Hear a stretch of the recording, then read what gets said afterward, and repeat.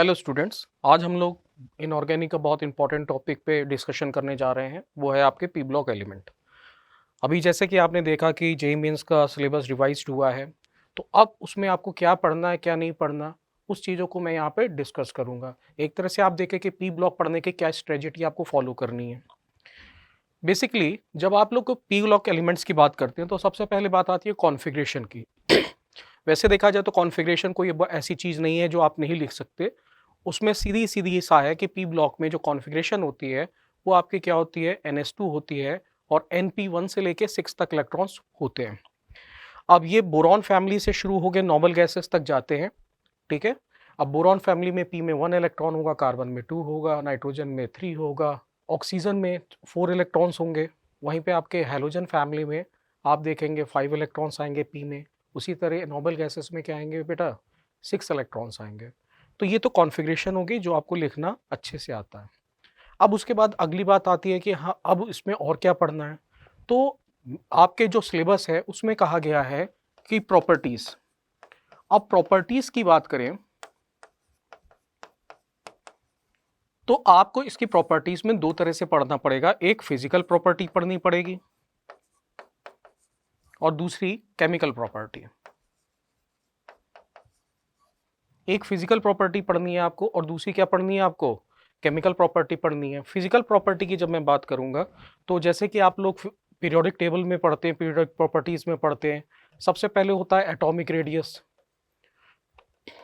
Ionization energy, इसके बाद electronegativity, electron gain enthalpy. ये सब क्या है, बेसिक प्रॉपर्टीज हैं जो फिजिकल, जो आपको पढ़नी है। इसके अलावा आपको यहाँ पे एलिमेंट्स के मेल्टिंग पॉइंट और बॉइलिंग पॉइंट के ऑर्डर्स को भी पढ़ना पड़ेगा, क्योंकि आपका एनसीईआरटी में इनके डेटा गिवन है, तो इनके आपको मेल्टिंग पॉइंट और बॉइलिंग पॉइंट के ऑर्डर लिखने पड़ेंगे, ठीक है? और उसको अच्छे से याद कर लीजिएगा। वैसे तो देखा जाए काफ़ी ट्रेंड्स हैं प्रॉपर, पर जो एबनॉर्मल ट्रेंड्स हैं उस पर जरूर फोकस करना आप। अब इसके बाद एक आता है डेटा डेंसिटी। डेंसिटी की बात करें तो डेंसिटी का भी ऑर्डर आपके दिए हुए हैं। तो जब ऑर्डर दिए डेंसिटी के तो इसको भी हमें क्या करना पड़ेगा, पढ़ना पड़ेगा। इसके अलावा उसके किस फिजिकल स्टेट में पाया जा रहा है, जैसे एक एग्जांपल मैं ले लेता हूँ। हम लोग बात करते हैं बोरॉन फैमिली की, सपोज करो। तो बोरॉन क्या होता है, नॉन मेटल होता है और बहुत नॉन मेटल है और बहुत हार्ड होता है। वहीं पे आपके बाकी जो मेटल्स होते हैं उस ग्रुप में, बाकी एलिमेंट्स, वो सॉफ्ट मेटल्स हैं। क्या है, सॉफ्ट मेटल। उसी तरह आप नाइट्रोजन ग्रुप में देखते हैं, नाइट्रोजन में क्या होता है, नाइट्रोजन तो गैस है, बाकी एलिमेंट्स क्या होते हैं, डिफरेंट एलिट्रॉपिक फॉर्म्स में पाए जाते हैं और वहाँ पे वो क्या होते हैं, सॉलिड स्टेट में होते हैं। तो अब यहाँ पे यदि हम लोग बात करें तो हमें ये भी देखना पड़ेगा उनकी फिजिकल स्टेट क्या है। इसके अलावा मुझे लगता है कि एक चीज़ पे आपको और थोड़ा सा ध्यान देना पड़ेगा, ऑकरेंस में। क्योंकि आप यदि देखें सिलेबस में लिखा नहीं है ऑकरेंस के बारे में, पर यदि आप ऑकरेंस में जाते हैं तो आप देखते हैं नंबर ऑफ ओर्स लिखे हुए हैं और उनकी पोजीशंस बताई गई है कि कितनी अबंडेंस है अर्थ का क्रस्ट में, किस एलिमेंट की, इस यहाँ तक बातें लिखी हुई हैं। तो जब इस तरह की बातें लिखी है तो हो सकता है कि क्वेश्चन इस पे भी आपको फ्रेम कर दे, ठीक है? जैसे सपोज करो कि हम कह रहे हैं सल्फर है, तो सल्फर क्या है, सल्फाइड्स वगैरह के फॉर्म में पाया जाता है ज़्यादातर। तो अब उस और के नाम आपको याद रखने पड़ेंगे। उसी तरह आपको क्या होता है, फ्लोरो एपेटाइट। अब फ्लोरो एपेटाइट क्या चीज़ है आपके, और है, मिनरल है, जो कि आपका फ्लोरीन का है। अब ये फ्लोरीन का मिनरल है तो इसका नाम भी आपको फार्मूले के साथ याद करना पड़ेगा। तो ये चीज़ें आपको क्या करना है, फिजिकल में पूरा तैयार करना है, पहली चीज़। दूसरी चीज़ आती है केमिकल प्रॉपर्टीज की। जब बात करते हैं तो केमिकल प्रॉपर्टीज में सबसे पहला पैरामीटर आता है ऑक्सीडेशन स्टेट। पहला पैरामीटर आता है आपका ऑक्सीडेशन स्टेट। अब यदि हम लोग ऑक्सीडेशन स्टेट की बात करें तो ऑक्सीडेशन स्टेट में हमें कैसे पढ़ना पड़ेगा, देखो सीधी सी बात है। आप लोग जब इनर्ट पेयर इफेक्ट पढ़ते हैं तो आप वहाँ पे देखते हैं कि क्या होता है, हायर ऑक्सीडेशन स्टेट ऊपर वाले एलिमेंट्स की ज़्यादा स्टेबल होती है, lower oxidation state last member की ज़्यादा स्टेबल होती है। इस तरह से आप पढ़ते हैं। आप कहते हैं कि नीचे आने पर हायर ऑक्सीडेशन स्टेट की स्टेबिलिटी कम होती है, लोअर ऑक्सीडेशन स्टेट की स्टेबिलिटी बढ़ती है। तो ये आपके हर एक ब्लॉक में ये बात जरूर लिखी हुई है कि नीचे आने पर क्या है, हायर की स्टेबिलिटी कम होगी, लोअर की स्टेबिलिटी बढ़ेगी। अब हायर और लोअर ऑक्सीडेशन स्टेट्स क्या होती हैं? यदि आप देखें टोटल एस और पी के इलेक्ट्रॉन गिन लिए जाएं तो वो क्या है? हायर ऑक्सीडेशन स्टेट है। केवल पी के हों तो वो क्या है? लोअर ऑक्सीडेशन स्टेट है। जैसे बोरॉन की बात कर लेते हैं, बोरॉन में क्या होगा? हायर ऑक्सीडेशन स्टेट +3 होती है और लोअर ऑक्सीडेशन स्टेट +1 होती है। वो बात अलग है कि बोरॉन +1 ऑक्सीडेशन स्टेट में जनरली नहीं पाया जाता, पर हायर ऑक्सीडेशन स्टेट आपको इसी तरह से निकालना है। कार्बन फैमिली में +4 हायर ऑक्सीडेशन स्टेट होगी, लोअर ऑक्सीडेशन स्टेट होगी +2। अब यहाँ पे एक इंपॉर्टेंट पॉइंट और ध्यान रखना पड़ेगा आपको, नेगेटिव ऑक्सीडेशन स्टेट। आपने देखा कि पी ब्लॉक एलिमेंट में बहुत नॉन मेटल्स हैं, तो वो नेगेटिव ऑक्सीडेशन स्टेट शो करते हैं। अब जब नेगेटिव ऑक्सीडेशन स्टेट की बात आएगी तो नीचे जाने पर आप देखते हैं आयनाइजेशन एनर्जी, नीचे जाने पर आयनाइजेशन एनर्जी कम होती है, मेटेलिक कैरेक्टर बढ़ता है। तो जैसे जैसे आप ग्रुप में ऊपर से नीचे की तरफ जाते हैं, आपके मेटेलिक कैरेक्टर देखते हैं एलिमेंट्स में बढ़ रहा है, तो उनकी नेगेटिव ऑक्सीडेशन स्टेट शो करने की टेंडेंसी कम होती है। और आखिरी मेंबर जो होता है, लास्ट मेंबर, वो तो generally negative oxidation state show ही नहीं करता या फिर बहुत रेयरली शो करता है। अब इसके बाद हम लोग बात करें कि एक तो हमने ऑक्सीडेशन स्टेट की बात कर ली, दूसरा आता है कोवलेंसी फैक्टर। क्या आता है बेटा? कोवलेंसी। ठीक है, दूसरा आता है कोवलेंसी। अब कोवलेंसी की बात की जाए तो कोवलेंसी में क्या होता है? यदि हम लोग कोवलेंसी की बेटा बात कर रहे हैं तो कोवलेंसी हमें मालूम है कितने बॉन्ड्स बना सकता है, ये हमने केमिकल बॉन्डिंग में पढ़ा हुआ है। तो नॉर्मली देखा ये जाता है कि जो आपका सेकेंड पीरियड का एलिमेंट है वो 4 से ज़्यादा बॉन्ड्स नहीं बना पाता। 4 बॉन्ड से ज़्यादा क्यों नहीं बना पाता? क्योंकि उसके पास डी ऑर्बिटल्स होते नहीं हैं, तो वो 4 से ज़्यादा बॉन्ड्स नहीं बनाता, जबकि बाकी एक्सपेंडेड कोवलेंसी शो कर सकते हैं। तो ये भी एक इंपॉर्टेंट पॉइंट है जो आपके हर एक ग्रुप में लिखा है। मैं जो आपको फैक्टर्स बता रहा हूँ, जैसे ये ऑक्सीडेशन स्टेट है या कोवलेंसी है, ये जो पैरामीटर मैंने आपको बोले हैं ये सभी ग्रुप में लगभग आपको अब लिखे हुए मिलेंगे। अब इसके बाद आती है बात बाकी रिएक्शंस की। अब देखो, बाकी रिएक्शन में इंपॉर्टेंट रिएक्शन है ऑक्सीजन के साथ या एयर के साथ, दूसरी है हाइड्रोजन के साथ, तीसरी है हैलोजन्स के साथ। इस तरह से रिएक्शंस आपको दी गई हैं। कुछ ग्रुप्स में आपकी वाटर के साथ भी रिएक्शंस लिखी हैं, वाटर के साथ भी रिएक्शन लिखी हुई हैं। तो ये क्या है? इंपॉर्टेंट पैरामीटर्स हैं जो सारे ग्रुप मेंबर्स इनके साथ रिएक्ट करके करते हैं और क्या क्या बनाते हैं। तो ये पैरामीटर्स वो हैं जो आपको केमिकल प्रॉपर्टीज में पढ़ना है। फिर से देख लो बेटा, फिजिकल में एटॉमिक रेडियस का ट्रेंड, आयनाइजेशन एनर्जी का ट्रेंड, इलेक्ट्रोनेगेटिविटी का trend, electron gain enthalpy, melting point, boiling point और डेंसिटी। एटलीस्ट इतने ट्रेंड्स तो आपको मालूम होने चाहिए। इसके बाद ऑक्सीडेशन स्टेट, आपको भी मैंने बताया ऑक्सीडेशन स्टेट में 3 बहुत इंपॉर्टेंट पॉइंट ध्यान रख लेना कि हायर की स्टेबिलिटी नीचे जाने पे कम हो रही है, लोअर की स्टेबिलिटी नीचे जाने पे बढ़ रही है, और नेगेटिव ऑक्सीडेशन स्टेट की नीचे जाने पे टेंडेंसी बनाने की कम हो रही है। When we are moving from top to bottom in a group, the stability of lower oxidation state increases and higher oxidation state decreases. Similarly, when we are moving from top to bottom, the tendency to form negative oxidation state also decreases. अब ये चीज़ें आपको हर एक group में मिल जाएंगी, इस पे भी काफ़ी क्वेश्चन फ्रेम होते हैं। ठीक है, अब इसके बाद इनसे जब रिएक्शन होंगी, जैसे कि आप हाइड्रोजन से रिएक्शन कराते हैं, तो हाइड्रोजन से रिएक्शन करा के सपोज करो मैं हैलोजेंस की बात करूं, तो वो क्या बनाएंगे? एसिड्स बनाते हैं। तो उसके HX की सारी की प्रॉपर्टी मुझे पता होना चाहिए, HF, HCl, HBr, HI। इसकी प्रॉपर्टी आपको प्रॉपर वे में दी गई है, तो आपको ये भी पता, आप 15 ग्रुप में जाएं, 16 ग्रुप में जाएं और 17 ग्रुप में जो करस्पॉन्डिंगली बन रहे हैं।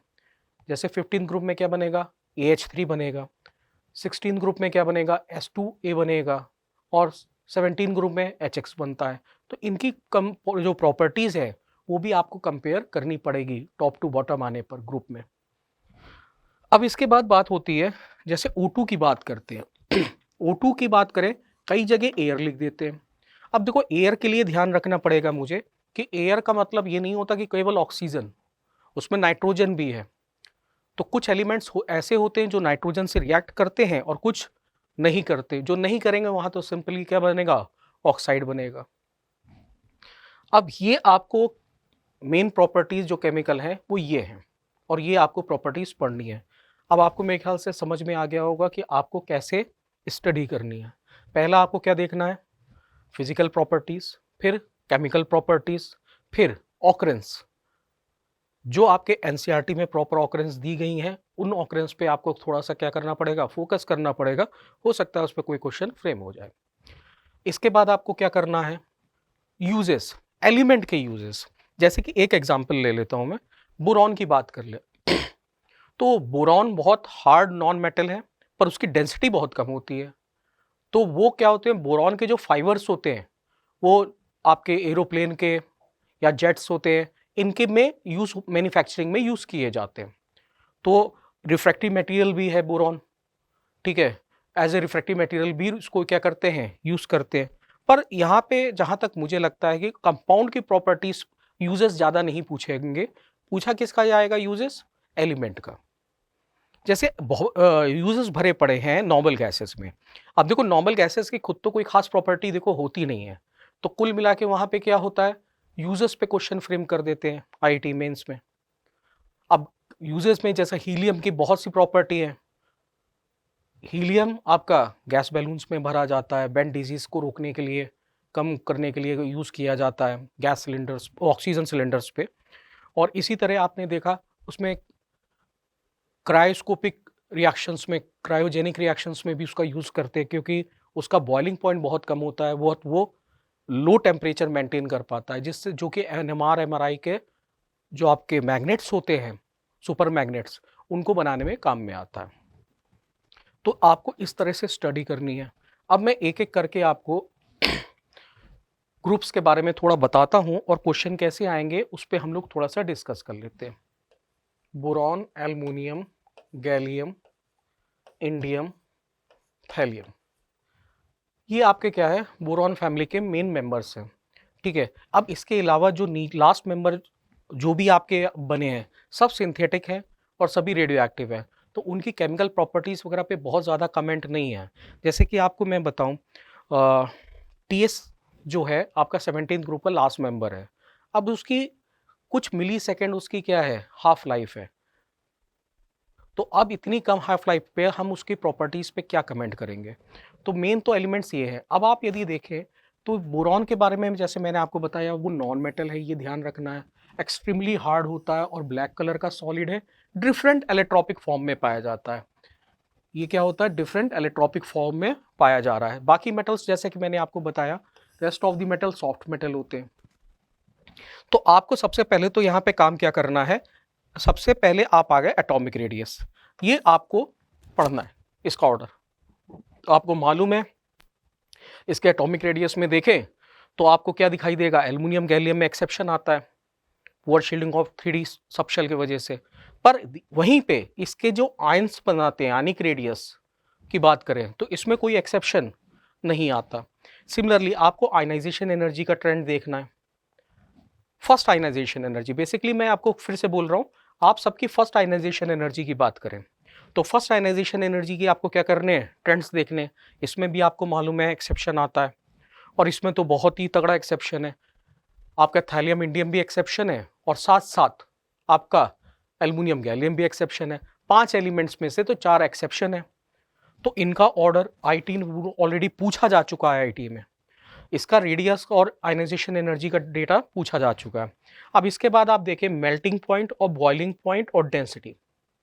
यदि आप ये देखें, मैंने अभी आपको बताया था बोरॉन की डेंसिटी बहुत कम होती है, डेंसिटी बहुत कम है, हार्ड बहुत ज़्यादा है, इसलिए इसका काफ़ी यूज़ किया जाता है।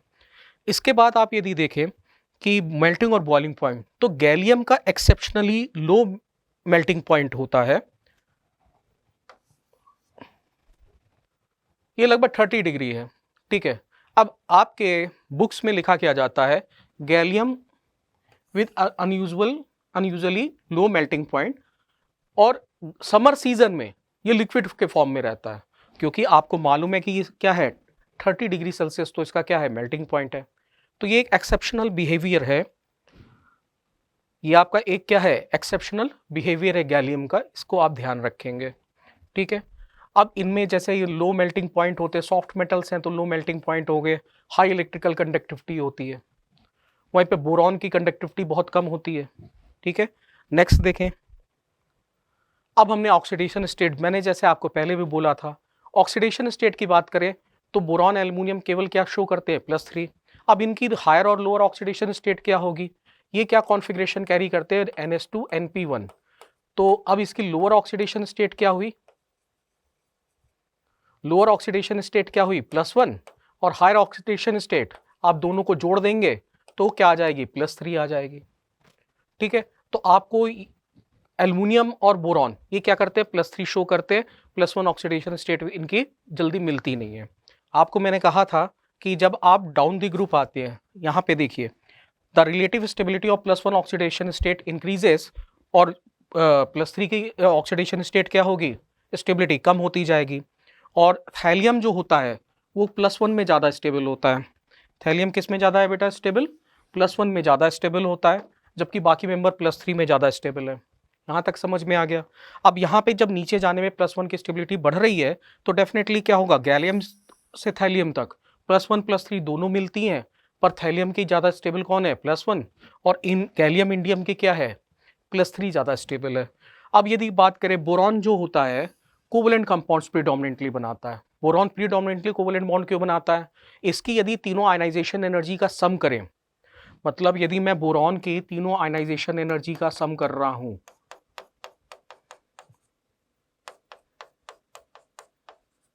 इसका सम करेंगे आप, तो ये बहुत ज्यादा बोरॉन का ज्यादा होगा किससे, first ionisation energy plus second ionisation energy plus third ionisation energy of aluminium. अब यही वजह है कि बोरॉन तो केवल क्या बनाता है, कोवलेंट कंपाउंड्स बनाता है, जबकि बाकी मेंबर्स आयंस के फॉर्म में भी रह लेते हैं। और ये चीज आपकी यहां पे लिखी हुई है।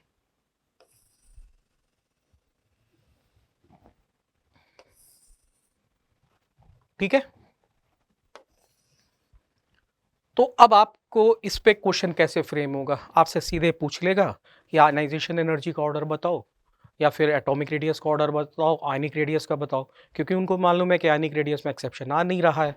आपको जैसे मैंने अभी पिछली स्लाइड में दिखाया था, यदि आप आयनिक रेडियस देखेंगे तो आयनिक रेडियस में कोई एक्सेप्शन आता नहीं है।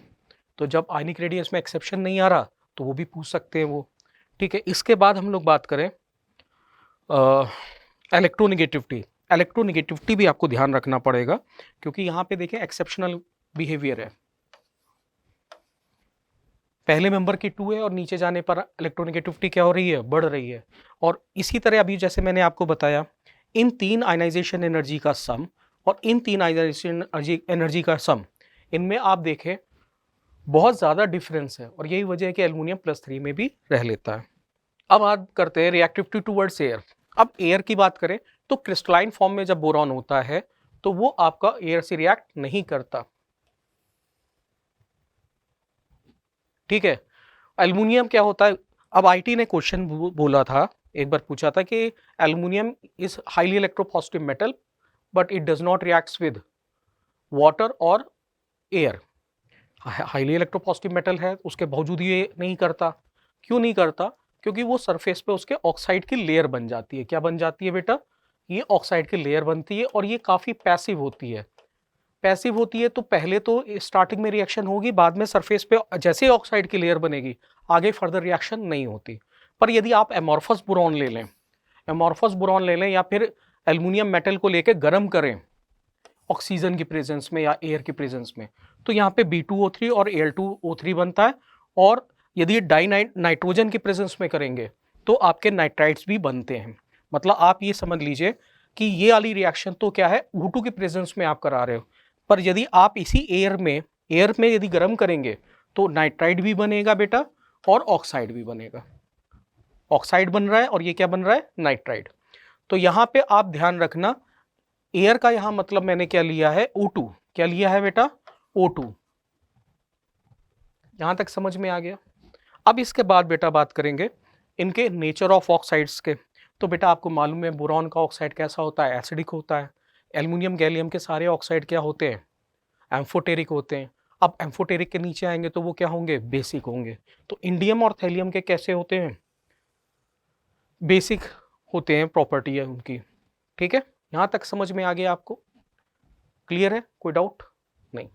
चलें, अब इसके बाद एल्कली से और एसिड से reaction. Boron does not reacts with acids and alkali even at moderate temperature. आपको मैं बता दूं, बोरॉन बहुत हाई टेम्परेचर पे जाके कहीं पे जाके NaOH के साथ रिएक्शन करता है, वरना आप टेम्परेचर बढ़ाएंगे भी तो ये जल्दी रिएक्ट नहीं करता।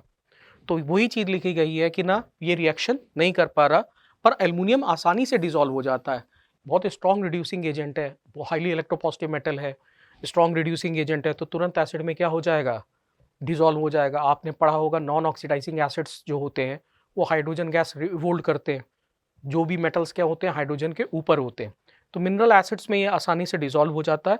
एल्युमिनियम क्या करता है, एल्कली, स्ट्रॉन्ग एल्कली में डिसॉल्व होता है। अब इसको ध्यान रख लेना, कोई भी एलिमेंट जो केवल एम्फोटेरिक ऑक्साइड्स या हाइड्रोक्साइड बनाते हैं वो एक्सेस ऑफ NaOH में डिसॉल्व हो जाते हैं।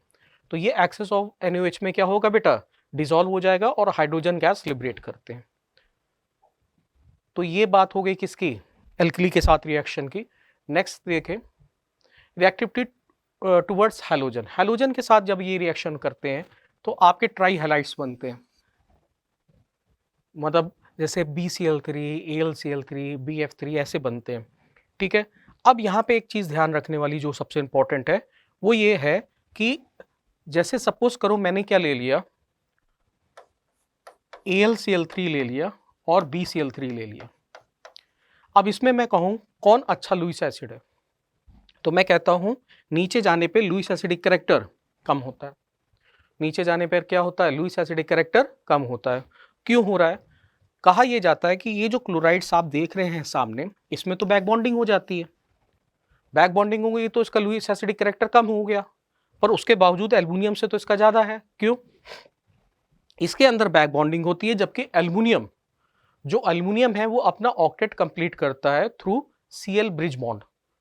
इसमें 3 सेंटर्ड 4 इलेक्ट्रॉन ब्रिज बनता है, तो उससे ये क्या कर लेता है, अपना ऑक्टेट कंप्लीट कर लेता है। तो इनकी लेस टेंडेंसी होती है, लेस टेंडेंसी होगी किसमें, लुईस एसिड के तरह रिएक्ट करने की, ठीक है। तो ये ध्यान रख लेना, आईटी ने इस पे भी क्वेश्चन फ्रेम किया था, AlCl3 BCl3 में कौन ज्यादा अच्छा लुईस एसिड होगा। तो अब देखिए ये जितने भी आपके हैलाइड्स बन रहे हैं, देखिए try halides bromide covalent in nature, सभी क्या बन रहे हैं, कोवलेंट इन नेचर होते हैं, और हाइड्रोलिसिस हो जाती है इनकी वाटर में जब डालें ये तो हाइड्रोलिसिस कर लेंगे। फिर वही चीज जो भी आपको मैंने बताई, बोरॉन के जो आपके ट्राई हैलाइड्स होते हैं उनमें क्या हो जाता है, BF3 में आपने देखा होगा बैक बॉन्डिंग हो जाती है, तो उसमें पाई करेक्टर है, तो उसकी स्ट्रॉन्ग टेंडेंसी होगी कि भैया वो पाई बॉन्ड तोड़ दे और लोन पेयर एक्सेप्ट कर ले। जबकि एल्युमिनियम में क्या बना हुआ है, इस तरह से ये ब्रिज बना हुआ है, तो इसकी टेंडेंसी क्या रहेगी, कम रहेगी। अब और बात करें, बोरॉन 4 से ज्यादा बॉन्ड नहीं बना सकता, ये आपको मालूम है, क्योंकि सेकेंड पीरियड का एलिमेंट है, तो 4 से ज्यादा तो बॉन्ड बनेंगे नहीं। अब हम लोग कुछ क्वेश्चंस वगैरह देख लेते हैं। The increasing order of the atomic radio of the following group 13th element is, कौन सा होगा बेटा।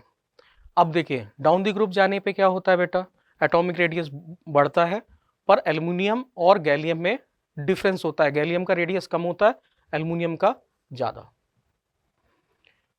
किसका बॉइलिंग पॉइंट इनमें हाईएस्ट होता है, तो हाईएस्ट बॉइलिंग पॉइंट किसका है बेटा, बोरॉन का।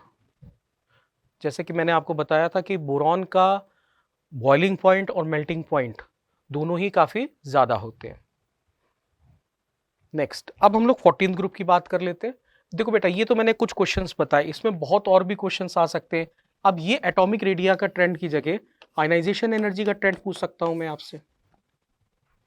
किसका पूछ सकता हूं, आयनाइजेशन एनर्जी का ट्रेंड पूछ सकता हूं मैं, इलेक्ट्रोनेगेटिविटी का ट्रेंड पूछ सकता हूं, डेंसिटी का ट्रेंड पूछ सकता हूं। तो आपको कोई भी ट्रेंड यहाँ पे ऐसे पूछा जा सकता है, तो आपको पढ़ना पड़ेगा, क्योंकि सिलेबस काफी कट हुआ है, तो इन सब चीजों पे फोकस आपको ज्यादा करना पड़ेगा। 14 ग्रुप के एलिमेंट्स, अब देखो 14 ग्रुप के एलिमेंट्स में मैंने आपको कहा था सबसे पहले अबंडेंस देख लीजिए। कार्बन जो है 17th है, मोस्ट अबंडेंट एलिमेंट है by mass in earth crust silicon second most है। सबसे पहले क्या होता है, ऑक्सीजन, फिर सिलिकॉन और फिर एल्युमिनियम मेटल्स में। अब इसके बाद देखें ये क्या होते हैं, जो सिलिकॉन होता है सिलिका और सिलिकेट्स के फॉर्म में होते हैं। बेसिकली क्या होता है कि एसआई की पाई बॉन्ड बनाने की टेंडेंसी ऑक्सीजन के साथ बहुत कम होती है, तो वो डिफरेंट टाइप के क्या करता है, पॉलीमर्स बनाता है। अब इसके बाद जर्मेनियम, जर्मेनियम एग्जिस्ट बहुत स्मॉल अमाउंट में है। अब देखो tin occurs mainly as cassiterite and lead as galena. अब देखो दो और के नाम आ गए आपके मेंस के सिलेबस में नहीं है, बट यहाँ पे आपको और के नाम लिखे हैं तो पूछ सकते हैं। अब हम लोग बाकी प्रॉपर्टीज की बेटा बात कर लेते हैं। यहाँ पे आप देखें आपको पढ़ना क्या क्या है, जैसे कि मैंने आपको पिछली स्लाइड में भी बता ही दिया है आपको क्या क्या पढ़ना है। आपको सबसे पहले क्या पढ़ना है, कोवेलेंट रेडियस पढ़ना है, फिर आपको फर्स्ट आयनाइजेशन एनर्जी का ऑर्डर पढ़ना है, electronegativity, density, melting point, boiling point, ये आपको एटलीस्ट पढ़ने हैं। और इसमें ध्यान रखेंगे एक्सेप्शनल बिहेवियर आयनाइजेशन एनर्जी का, एसएन और पीबी का एक्सेप्शनल बिहेवियर आता है poor shielding of 4f subshell electron की वजह से। उसी तरह से इसकी इलेक्ट्रोनेगेटिविटी का ऑर्डर देखें आप। इसके बाद बात करूं तो बाकी मैंने आपको बता ही दिया, बॉइलिंग पॉइंट वगैरह के ट्रेंड्स आपको देखने पड़ेंगे, ऑर्डर लिखिएगा सबके। अब हम लोग बात कर लेते हैं ऑक्सीडेशन स्टेट की। यदि आप यहाँ पे इसके ऑक्सीडेशन स्टेट देखें तो कार्बन और सिलिकॉन +4 ऑक्सीडेशन स्टेट शो करते हैं, जबकि आपके बाकी मेंबर +2 और +4 दोनों ऑक्सीडेशन स्टेट शो करते हैं। मतलब यदि आप बात करें जर्मेनियम की और एसएन की और क्या बात करें पीबी की, तो ये +2 भी शो करते हैं और +4 भी करते हैं। सबसे कॉमन ऑक्सीडेशन स्टेट इनकी क्या होती है, +2 और +4 ऑक्सीडेशन स्टेट होती है, जिसमें भी +4 ये करते हैं शो, ये +2 नहीं शो करते, मतलब +2 में स्टेबल नहीं होते इसलिए +2 शो नहीं करते। ये मेंबर्स क्या करेंगे, +2 +4 दो करेंगे।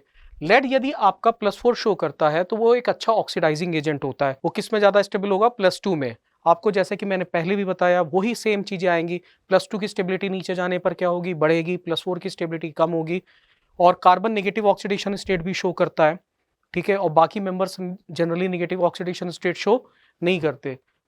यदि हम लोग एसएन की बात करें तो एसएन +2 में भी होता है और +4 में भी होता है, पर यदि हम लोग बात करें +2 और +4 दोनों में है तो किस में ज़्यादा स्टेबल है, +4 में ज़्यादा स्टेबल है। तो जब एसएन +2 में रहता है तो वो स्ट्रॉन्ग रिड्यूसिंग एजेंट की तरह बिहेव करता है, जबकि जर्मेनियम में ज़्यादातर कंपाउंड तो किस में मिलते हैं, +4 में मिलते हैं, और कुछ रेयरली क्या होते हैं +2 में भी कंपाउंड्स हमें मिलते हैं। PbI4 एग्जिस्ट नहीं करता। PbI4 एग्जिस्ट क्यों नहीं करता, आपको बताया था कि PbI4 इसलिए एग्जिस्ट नहीं करता क्योंकि +4 में लेड क्या है, बहुत स्ट्रॉन्ग ऑक्सीडाइजिंग एजेंट है, और I- स्ट्रॉन्ग रिड्यूसिंग एजेंट है। तो ये आपकी बात हो गई ऑक्सीडेशन स्टेट की। कोवेलेंसी की वही सेम बात है, कार्बन 4 से ज़्यादा कोवेलेंसी 4 से ज़्यादा शो नहीं करेगा, बाकी मेंबर शो कर सकते हैं, जैसे SI F62- भी बन जाता है। सबसे पहले हम ऑक्सीजन से रिएक्शन करा रहे हैं। किससे करा रहे हैं बेटा, ऑक्सीजन। जब आप ऑक्सीजन से रिएक्शन कराते हैं तो आपके पास दो तरह के ऑक्साइड्स बनते हैं, एक MO बनता है और एक क्या बनता है, MO2 बनता है, ठीक है। अब यदि MO और MO2 की बात करें तो पूरे ग्रुप सब बनाते हैं दोनों तरह के ऑक्साइड्स, बट SiO के लिए ध्यान रखना पड़ेगा आपको, ये केवल क्या होता है, हाई टेम्परेचर पे एग्जिस्ट करता है, मतलब ये नॉर्मल कंडीशन पे एग्जिस्टेंस इसका नहीं है। अब एक तो ये SI क्या कर रहा है, और जो मोनोऑक्साइड बना रहा है वो बहुत हाई टेम्परेचर पे एग्जिस्ट करेगा, ठीक है। अब इसके बाद देखें यदि आप CO की बात करेंगे तो CO कैसा होता है बेटा, न्यूट्रल होता है, CO आपका न्यूट्रल होता है। उसके बाद आपके SN PB के जितने भी ऑक्साइड होते हैं, SN और PB के जितने भी ऑक्साइड बनेंगे सभी एम्फोटेरिक होंगे, और बाकी रेस्ट ऑफ ऑक्साइड्स जो भी हैं टोटल सभी क्या होंगे, एसिडिक होंगे, प्रीडोमिनेंटली एसिडिक इन नेचर रहते हैं। रिएक्टिविटी टूवर्ड्स वाटर, अब ये थोड़ा सा ध्यान देने वाला बात है, carbon, silicon and germanium are not affected by water, ये लिखा जाता है, और फिर लिखते हैं एसएन जो है ये रिएक्ट करता है, लेड इसलिए नहीं कर पाता क्योंकि वो स्टार्टिंग में तो रिएक्ट करता है, उसके बाद उसके सरफेस पर ऑक्साइड की लेयर बन जाती है, प्रोटेक्टिव ऑक्साइड लेयर बन जाती है, जिससे वो फर्दर आगे रिएक्ट नहीं करता। अब देखिए इस कार्बन की बात कर लेते हैं। अब यहाँ पे एक इंटरेस्टिंग केस है कार्बन का। कार्बन कह रहे हैं कि वाटर से रिएक्ट नहीं करता, पर जब आप लोग रिएक्शन पढ़ते हैं, यदि आपने कार्बन मोनोऑक्साइड पढ़ा होगा, तो कार्बन मोनोऑक्साइड में जब हम रेड हॉट कोक को वाटर से रिएक्शन कराते हैं, वाटर का मतलब स्टीम हो जाता है क्योंकि रेड हॉट पे डालेंगे तो यहाँ पे CO प्लस H2 बनता है। इसे कहते हैं कोल गैसिफिकेशन रिएक्शन। अब आप खुद सोच के देखो कि ये आपकी एनसीईआरटी में लिखी हुई है रिएक्शन, और सिमिलरली आपका यहाँ पे भी लिखा हुआ है कि कार्बन सिलिकॉन जर्मेनियम रिएक्ट नहीं करते। तो अब आपको ध्यान ये देना है कि यदि वो स्टीम दे रहा है, रेड हॉट दे रहा है, तब तो आप बनाना। अदरवाइज ध्यान रखें कि यदि प्रॉपर्टीज में बात करें तो नॉर्मली कार्बन रिएक्ट नहीं करता है। ये तो बहुत हाई टेम्परेचर पे रिएक्शन होती है बेटा। अब इसके बाद बात करें रिएक्टिविटी टूवर्ड्स हैलोजन। अब हैलोजन के टूवर्ड्स रिएक्टिविटी की बात कर लो, तो हैलोजन्स के टूवर्ड्स रिएक्टिविटी की बात करें तो क्या होगा, हैलोजन्स के साथ जब ये रिएक्ट करेगा तो सभी क्या बनाते हैं, MX2 और MX4 बनाते हैं, केवल कार्बन डायरेक्टली रिएक्ट नहीं करता। अल्टरनेटिवली तो करता है पर डायरेक्टली रिएक्ट नहीं करेगा। जितने भी MX4 हैं सभी कोवलेंट हैं, केवल SnF4 और PbF4 आपके क्या होते हैं, आयनिक प्रीडोमिनेंटली होते हैं। PbI4 नहीं एग्जिस्ट करता क्योंकि अब आपके एनसीईआरटी लैंग्वेज के अकॉर्डिंग तो क्या है, ये थर्मोडायनेमिकली फेवर्ड प्रोसेस नहीं होता है, ठीक है। बट एक्चुअल में क्या है, Pb+4 स्ट्रॉन्ग ऑक्सीडाइजिंग है, I- स्ट्रॉन्ग रिड्यूसिंग है, आपस में एक साथ रिएक्शन कर जाते हैं और क्या बना लेते हैं, PbI2 में ये किस में टूट जाता है, PbI2 प्लस I2 बन जाता है, ठीक है। अब इसकी बात करें, फिर आपके प्रॉपर्टी इसी के बीच में लिखा था कि CCl4 जो होता है वो हाइड्रोलिसिस के टूवर्ड्स इनर्ट होता है, मतलब वो नॉर्मल टेम्परेचर पे CCl4 हाइड्रोलिसिस नहीं करता, ठीक है।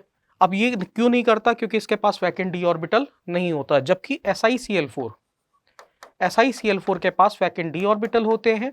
अब वैकेंट ऑर्बिटल होने के वजह से ये अटैक डायरेक्टली कर लेगा और क्या बन जाता है, फाइनल प्रोडक्ट बनता है, सिलिसिक एसिड बनेगा और साथ में क्या बनेगी, 4HCl बनेगा। क्या बनेगा, 4HCl। जबकि इसकी रिएक्शन की बात करें तो ये बेटा काफ़ी हाई टेम्परेचर पे बेटा रिएक्शन होती है, हाई टेम्परेचर पे रिएक्शन है और क्या बनेगा, COCl2 बनेगा और साथ में क्या बनेंगे, 2HCl का फॉर्मेशन होता है। तो ये आपकी क्या है, हैलाइड्स के बारे में हमने बात कर ली। अब हम लोग बात करने जा रहे हैं एनामोलस बिहेवियर ऑफ कार्बन, मतलब डिफरेंट प्रॉपर्टीज ऑफ कार्बन जो आपके बाकी मेंबर्स में से अलग हैं उसकी। अब देखो, जो सेकेंड पीरियड के एलिमेंट्स होते हैं उनके पास डी ऑर्बिटल तो होता नहीं है, वैकेंट डी ऑर्बिटल नहीं है तो 4 से ज़्यादा बॉन्ड नहीं बना पाएंगे, मतलब they can form maximum 4 bonds. Secondary उसका क्या होता है, आयनाइजेशन एनर्जी सबसे ज़्यादा है, आयनाइजेशन एनर्जी सबसे ज़्यादा, इलेक्ट्रोनेगेटिविटी सबसे ज़्यादा, रेडियस सबसे कम, तो सबसे स्मॉल साइज होता है, हाई आयनाइजेशन एनर्जी अपने ग्रुप में, इलेक्ट्रोनेगेटिविटी हाई है, तो जिससे कि वो एनामोलस बिहेवियर बाकी से मेंबर से कुछ डिफरेंट प्रॉपर्टीज शो करते हैं। अब चूंकि साइज छोटा है, स्मॉल साइज है, तो इनकी पाई बॉन्ड बनाने की टेंडेंसी बहुत ज़्यादा होती है। अब यदि हम लोग देखें तो आपको जो मैंने 3 पॉइंट्स बताए वो ये लिखे हुए हैं, smaller size, electronegativity, ionisation enthalpy higher है, non availability of vacant d orbitals. Maximum covalency कितनी शो कर रहे हैं, 4 कर रहे हैं। कार्बन में एक यूनिक एबिलिटी है क्या, पी पाई मल्टीपल बॉन्ड्स बनाने की, जबकि बाकी मेंबर्स में ऐसी इतनी ज़्यादा टेंडेंसी नहीं होती। आपने खुद देखा होगा कि पी पाई बॉन्ड जनरली बाकी मेंबर इसके नहीं बनाते। अब इसके बाद देखें, कार्बन की फिर एक बहुत यूनिक प्रॉपर्टी होती है, उसे कहा जाता है कैटिनेशन। मतलब कार्बन एक दूसरे से जुड़कर चेन या रिंग स्ट्रक्चर्स बना लेते हैं क्योंकि इनकी बॉन्ड एनर्जी बहुत एक्सेप्शनली हाई होती है। यदि आप देखें तो इनकी बॉन्ड एनर्जी बहुत ज़्यादा है, जिसकी वजह से इनमें कैटिनेशन पावर सबसे ज़्यादा होती है। अब यहाँ याद रखने की बात क्या, लेड कैटिनेशन नहीं शो करता, जो लेड है वो आपका कैटिनेशन शो नहीं करेगा। इस पे भी ऑर्डर पे भी क्वेश्चन आ चुका है, आईटी ने ये डेटा इस तरह से दे दिया था चारों का, और बेसिकली आपको अरेंज करना था, 3 एलिमेंट्स का डेटा दे दिया था, उसको आपको अरेंज करना था। अब मैंने यहाँ पे कुछ क्वेश्चंस लिख दिए, अब आप क्वेश्चंस देखें। देखो, बॉन्ड एनर्जी जो है, ये जो अभी मैं आपको कह रहा था, सबसे ज़्यादा बॉन्ड एनर्जी किसकी होगी, कार्बन की बॉन्ड एनर्जी होगी, उससे कम किसकी होगी, SI फिर जर्मेनियम। तो आंसर क्या आ जाएगा, ये आपका आंसर आ जाएगा। ठीक है, फिर से देखिए SiCl4 and CCl4, only SiCl4 reacts with water because, क्यों, SiCl4 is ionic and CCl4 is covalent. ये गलत स्टेटमेंट है, ये आपका क्या हो गया, ये फॉल्स स्टेटमेंट हुआ और ये ट्रू स्टेटमेंट। SiCl4 इसलिए हाइड्रोलिसिस कर ले रहा है क्योंकि उसके पास d ऑर्बिटल है, कार्बन के पास d ऑर्बिटल नहीं है, तो वो नॉर्मल टेम्परेचर पे हाइड्रोलिसिस नहीं करता। ठीक है, इसके बाद है आपका question, which of the following does not show catenation. अभी आपको मैंने बताया लेड नहीं करता। विच of the following exist only at high temperature, अभी आपको मैंने बताया। ये सब यूनिक क्या कहते हो पॉइंट्स हैं जो कि आपको ध्यान देने हैं। नेक्स्ट देखिए, अब हम लोग आ गए 15 ग्रुप में। यदि हम लोग बात करें 15 ग्रुप की, तो 15 ग्रुप में क्या होता है, 15 ग्रुप में आपके कौन कौन से मेंबर हैं, nitrogen, phosphorus, arsenic, antimony, bismuth. अब आपको वही चीजें आ जाती हैं। अब वही चीज है, नाइट्रोजन 78% बाई वॉल्यूम एटमॉस्फेयर में है, ये आपको मालूम है, बट ठीक है चलिए। अर्थ क्रस्ट में देखा जाए तो सोडियम नाइट्रेट के फॉर्म में पाया जाता है, जिसे हम चिली सॉल्ट पीटर कहते हैं, और पोटेशियम नाइट्रेट जो होता है वो आपका इंडियन सॉल्ट पीटर कहलाता है। तो यहाँ पे देखा जाए, अब जैसे कि प्रोटीन तो आपको मालूम ही है, अमीनो एसिड का है, अमीनो एसिड से ही बनता है प्रोटीन। तो अब क्या है, तो प्लांट्स और एनिमल्स में तो पाया ही जाएगा। फास्फोरस की बात करें तो ये ध्यान रखना है हमको, मैं जो आपको बता रहा था कि एपेटाइट, तो अब यहाँ पे क्या है, यदि F लगाए तो फ्लोरो, Cl लगाए तो क्लोरो, और OH लगाए तो हाइड्रोक्सो हो जाएगा। ठीक है, अब ये आपका आ गया फ्लोरो एपेटाइट, इस पे भी IIT ने क्वेश्चन पूछा हुआ है। ठीक है, इसके बाद ये it is present in bones as well as living cells. Phosphorus आपको मालूम है, DNA में भी फास्फोरस होता है, स्ट्रेन्स होती हैं, और साथ साथ आपके कैल्शियम फॉस्फेट आपके हड्डियों में भी होता है। आर्सेनिक, एंटीमनी और बिस्मथ मेनली क्या होता है, सल्फाइड फॉर्म में पाए जाते हैं, पर चूंकि इन्होंने किसी और का नाम नहीं लिखा है तो हम लोग उस पर कोई बात नहीं करेंगे।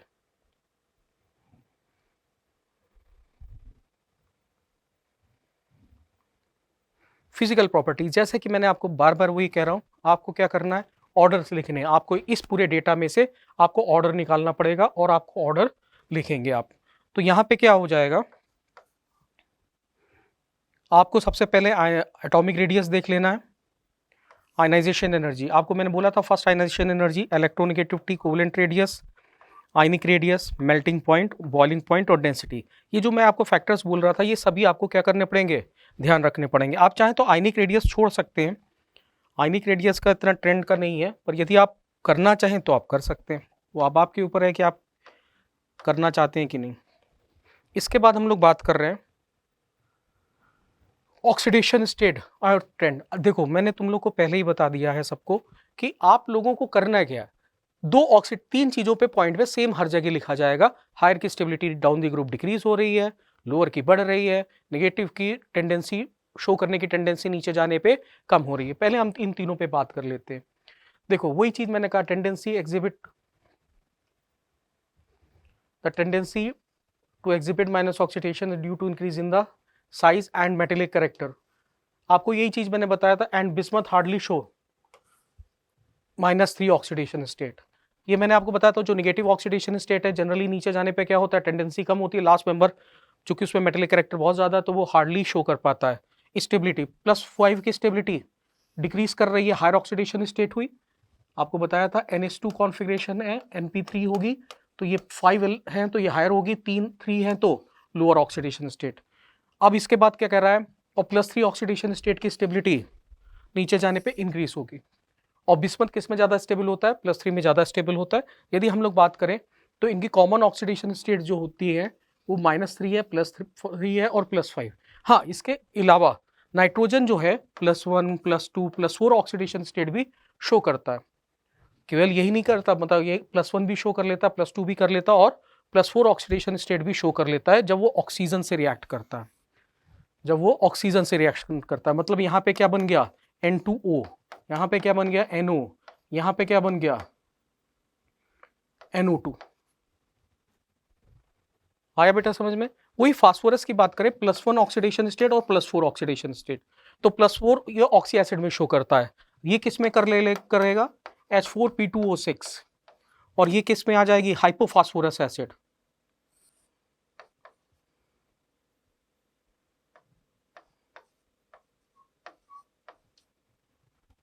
ठीक है, तो यहाँ पे क्या होगी, +1 आ जाती है, यहाँ पे कितनी ऑक्सीडेशन स्टेट आ जाती है, +4 ऑक्सीडेशन स्टेट, और मतलब ये किस में शो कर रहा है, ऑक्सो एसिड्स में। ठीक है, इसके बाद जो इंटरमीडिएट ऑक्सीडेशन स्टेट होती है नाइट्रोजन की, वो डिस्प्रोपोर्शनेट होती है एसिडिक मीडियम में। आपको बताया था +1 से +4 tend to disproportionate into acidic medium. Acidic medium में क्या हो जाएगी, डिस्प्रोपोर्शनेट। जैसे कि आप NO2- के जब रिएक्शन कराते हैं, मान लो डाइल्यूट HCl या डाइल्यूट सल्फ्यूरिक एसिड से, तो सबसे पहले HNO2 बनता है। चूंकि मीडियम एसिडिक है तो वो क्या होगा, डिस्प्रोपोर्शनेट हो जाता है किसमें, HNO3 और NO में, और ये NO जब बाहर निकलती है तो NO2 में कन्वर्ट हो जाती है। सिमिलरली फास्फोरस की भी क्या होते हैं, जो इंटरमीडिएट ऑक्सीडेशन स्टेट्स हैं वो भी क्या होती हैं, डिस्प्रोपोर्शनेट हो जाती हैं। क्या हो जाती हैं, डिस्प्रोपोर्शनेट होती हैं। अब ध्यान रखना, चाहे आपके पास क्या हो, S3PO3 +3 में हो गया ये, और S3PO2 +1 में, ये दोनों ही किस में डिस्प्रोपोर्शनेट हो जाते हैं, S3PO4 प्लस फास्फीन। अब यहाँ पे एक इंपॉर्टेंट पॉइंट आपको ध्यान रखना है, जो नाइट्रोजन है वो एसिडिक मीडियम में डिस्प्रोपोर्शनेट हो रहा था, ये एसिडिक और एल्कली मीडियम दोनों में क्या होंगे, डिस्प्रोपोर्शनेट कर जाएंगे। अब ये लास्ट पॉइंट ध्यान दे लें, +3 ऑक्सीडेशन स्टेट जो है आर्सेनिक एंटीमनी बिस्मथ के लिए, ये क्या होते हैं, काफ़ी स्टेबल होते हैं, क्योंकि नीचे जाने पर प्लस की स्टेबिलिटी बढ़ रही है, तो वो आसानी से डिस्प्रोपोर्शनेट नहीं होते, मतलब वो डिस्प्रोपोर्शनेट नहीं होना चाह रहे हैं, टेंडेंसी उनकी नीचे जाने पर क्या हो जाती है, कम हो जाती है। अब देखो एनामोलस प्रॉपर्टीज ऑफ नाइट्रोजन, वही स्मॉल साइज की वजह से होता है, high electronegativity, high ionization enthalpy, non availability of d orbital. Nitrogen की बहुत यूनिक प्रॉपर्टी है, जैसे कि कार्बन की भी थी, इसकी पी पाई बॉन्ड बनाने की बहुत यूनिक प्रॉपर्टी होती है कि, और ये किसके साथ बनाता है, आपके ऑक्सीजन और कार्बन के साथ, मतलब स्मॉल साइज और हाई इलेक्ट्रोनेगेटिविटी वालों के साथ। ठीक है, जबकि आपके बाकी मेंबर्स, यदि मैं फास्फोरस की बात कर लूं तो फास्फोरस में क्या होता है, पी पाई बॉन्ड का फॉर्मेशन नहीं होता, जबकि फास्फोरस के साथ आप देखें तो उसमें पी पाई बॉन्ड नहीं बनता। तो और एक और उसकी यूनिक प्रॉपर्टी होती है, वो डी पाई बॉन्ड भी बनाता है। क्या बनाता है, डी पाई। और वो डी पाई बॉन्ड कब बनाता है, जब वो सिनर्जिक बॉन्डिंग में जाता है, जब उसके ट्राई सब्स्टिट्यूटेड फास्फीन जो होते हैं आपके सिनर्जिक बॉन्डिंग में जाते हैं, तो वो मेटल के डी ऑर्बिटल से अपने डी ऑर्बिटल में इलेक्ट्रॉन बैक डोनेशन से वापस लेते हैं। नाइट्रोजन बॉन्ड एक्सेप्शनली, यदि बात करी जाए कि एक्सेप्शनली स्ट्रांग होता है, पर कब, जब नाइट्रोजन ट्रिपल बॉन्ड की हम बात करते हैं। यदि सिंगल बॉन्ड की बात करें तो नाइट्रोजन का सिंगल बॉन्ड फास्फोरस के सिंगल बॉन्ड से क्या होता है, वीक होता है, क्योंकि इसमें लोन पेयर रिपल्शन आ जाता है। यही वजह है कि नाइट्रोजन की कैटिनेशन पावर बहुत कम होती है, और वो क्या होता है, डायटोमिक फॉर्म में एग्जिस्ट करता है। नाइट्रोजन मैक्सिमम 4 कोवेलेंसी शो कर सकता है, जबकि बाकी मेंबर एक्सटेंडेड कोवेलेंसी भी शो कर सकते हैं। अभी आपको मैंने बताया nitrogen can not form P pi bond, जबकि बाकी मेंबर्स क्या होते हैं, बना लेते हैं। और इसके बारे में मैंने अभी आपको बताया कि यहाँ पे डी पाई बॉन्ड बनेगा, जबकि ये ट्रांजिशन मेटल के साथ जब रिएक्ट करता है तो कैसा बॉन्ड बनाता है, डी। ये इंपॉर्टेंट की पॉइंट्स हैं जिन पे आपको क्या करना है, फोकस करना है। अब यदि हम लोग इसकी बात कर रहे हैं हाइड्रोजन से रिएक्शन की, तो हाइड्रोजन से रिएक्शन करते हैं तो EH3 टाइप के क्या होंगे, मॉलिक्यूल्स बनते हैं। यदि हम लोग इनकी बात करें तो अब आप यदि इसकी बात करते हैं तो यहां से यहां जाने पर बॉन्ड एनर्जी क्या होती है बेटा, कम होती है, बॉन्ड एनर्जी कम होगी, और लुईस बेसिक कैरेक्टर भी क्या होता है, कम होता है। तो वैसे तो ये डेटा दिए हुए हैं आपके, बॉन्ड एनर्जी का भी डेटा दिया हुआ है, और क्या कहते हैं, बॉन्ड डिसोसिएशन एनर्जी का डेटा गिवन ही है आपका। अब इसके बाद आता है मेल्टिंग बॉइलिंग पॉइंट। अब अमोनिया में क्या यूनिक प्रॉपर्टी होती है कि हाइड्रोजन बॉन्डिंग कर सकता है। अमोनिया हाइड्रोजन बॉन्डिंग करेगा तो उसका बॉइलिंग पॉइंट और मेल्टिंग पॉइंट ज़्यादा होना चाहिए। पर यदि ध्यान रखेंगे, जब हम लोग बॉइलिंग पॉइंट की बात करते हैं तो अमोनिया का जो बॉइलिंग पॉइंट होता है वो आपके SbH3 और BiS3 से कम होता है।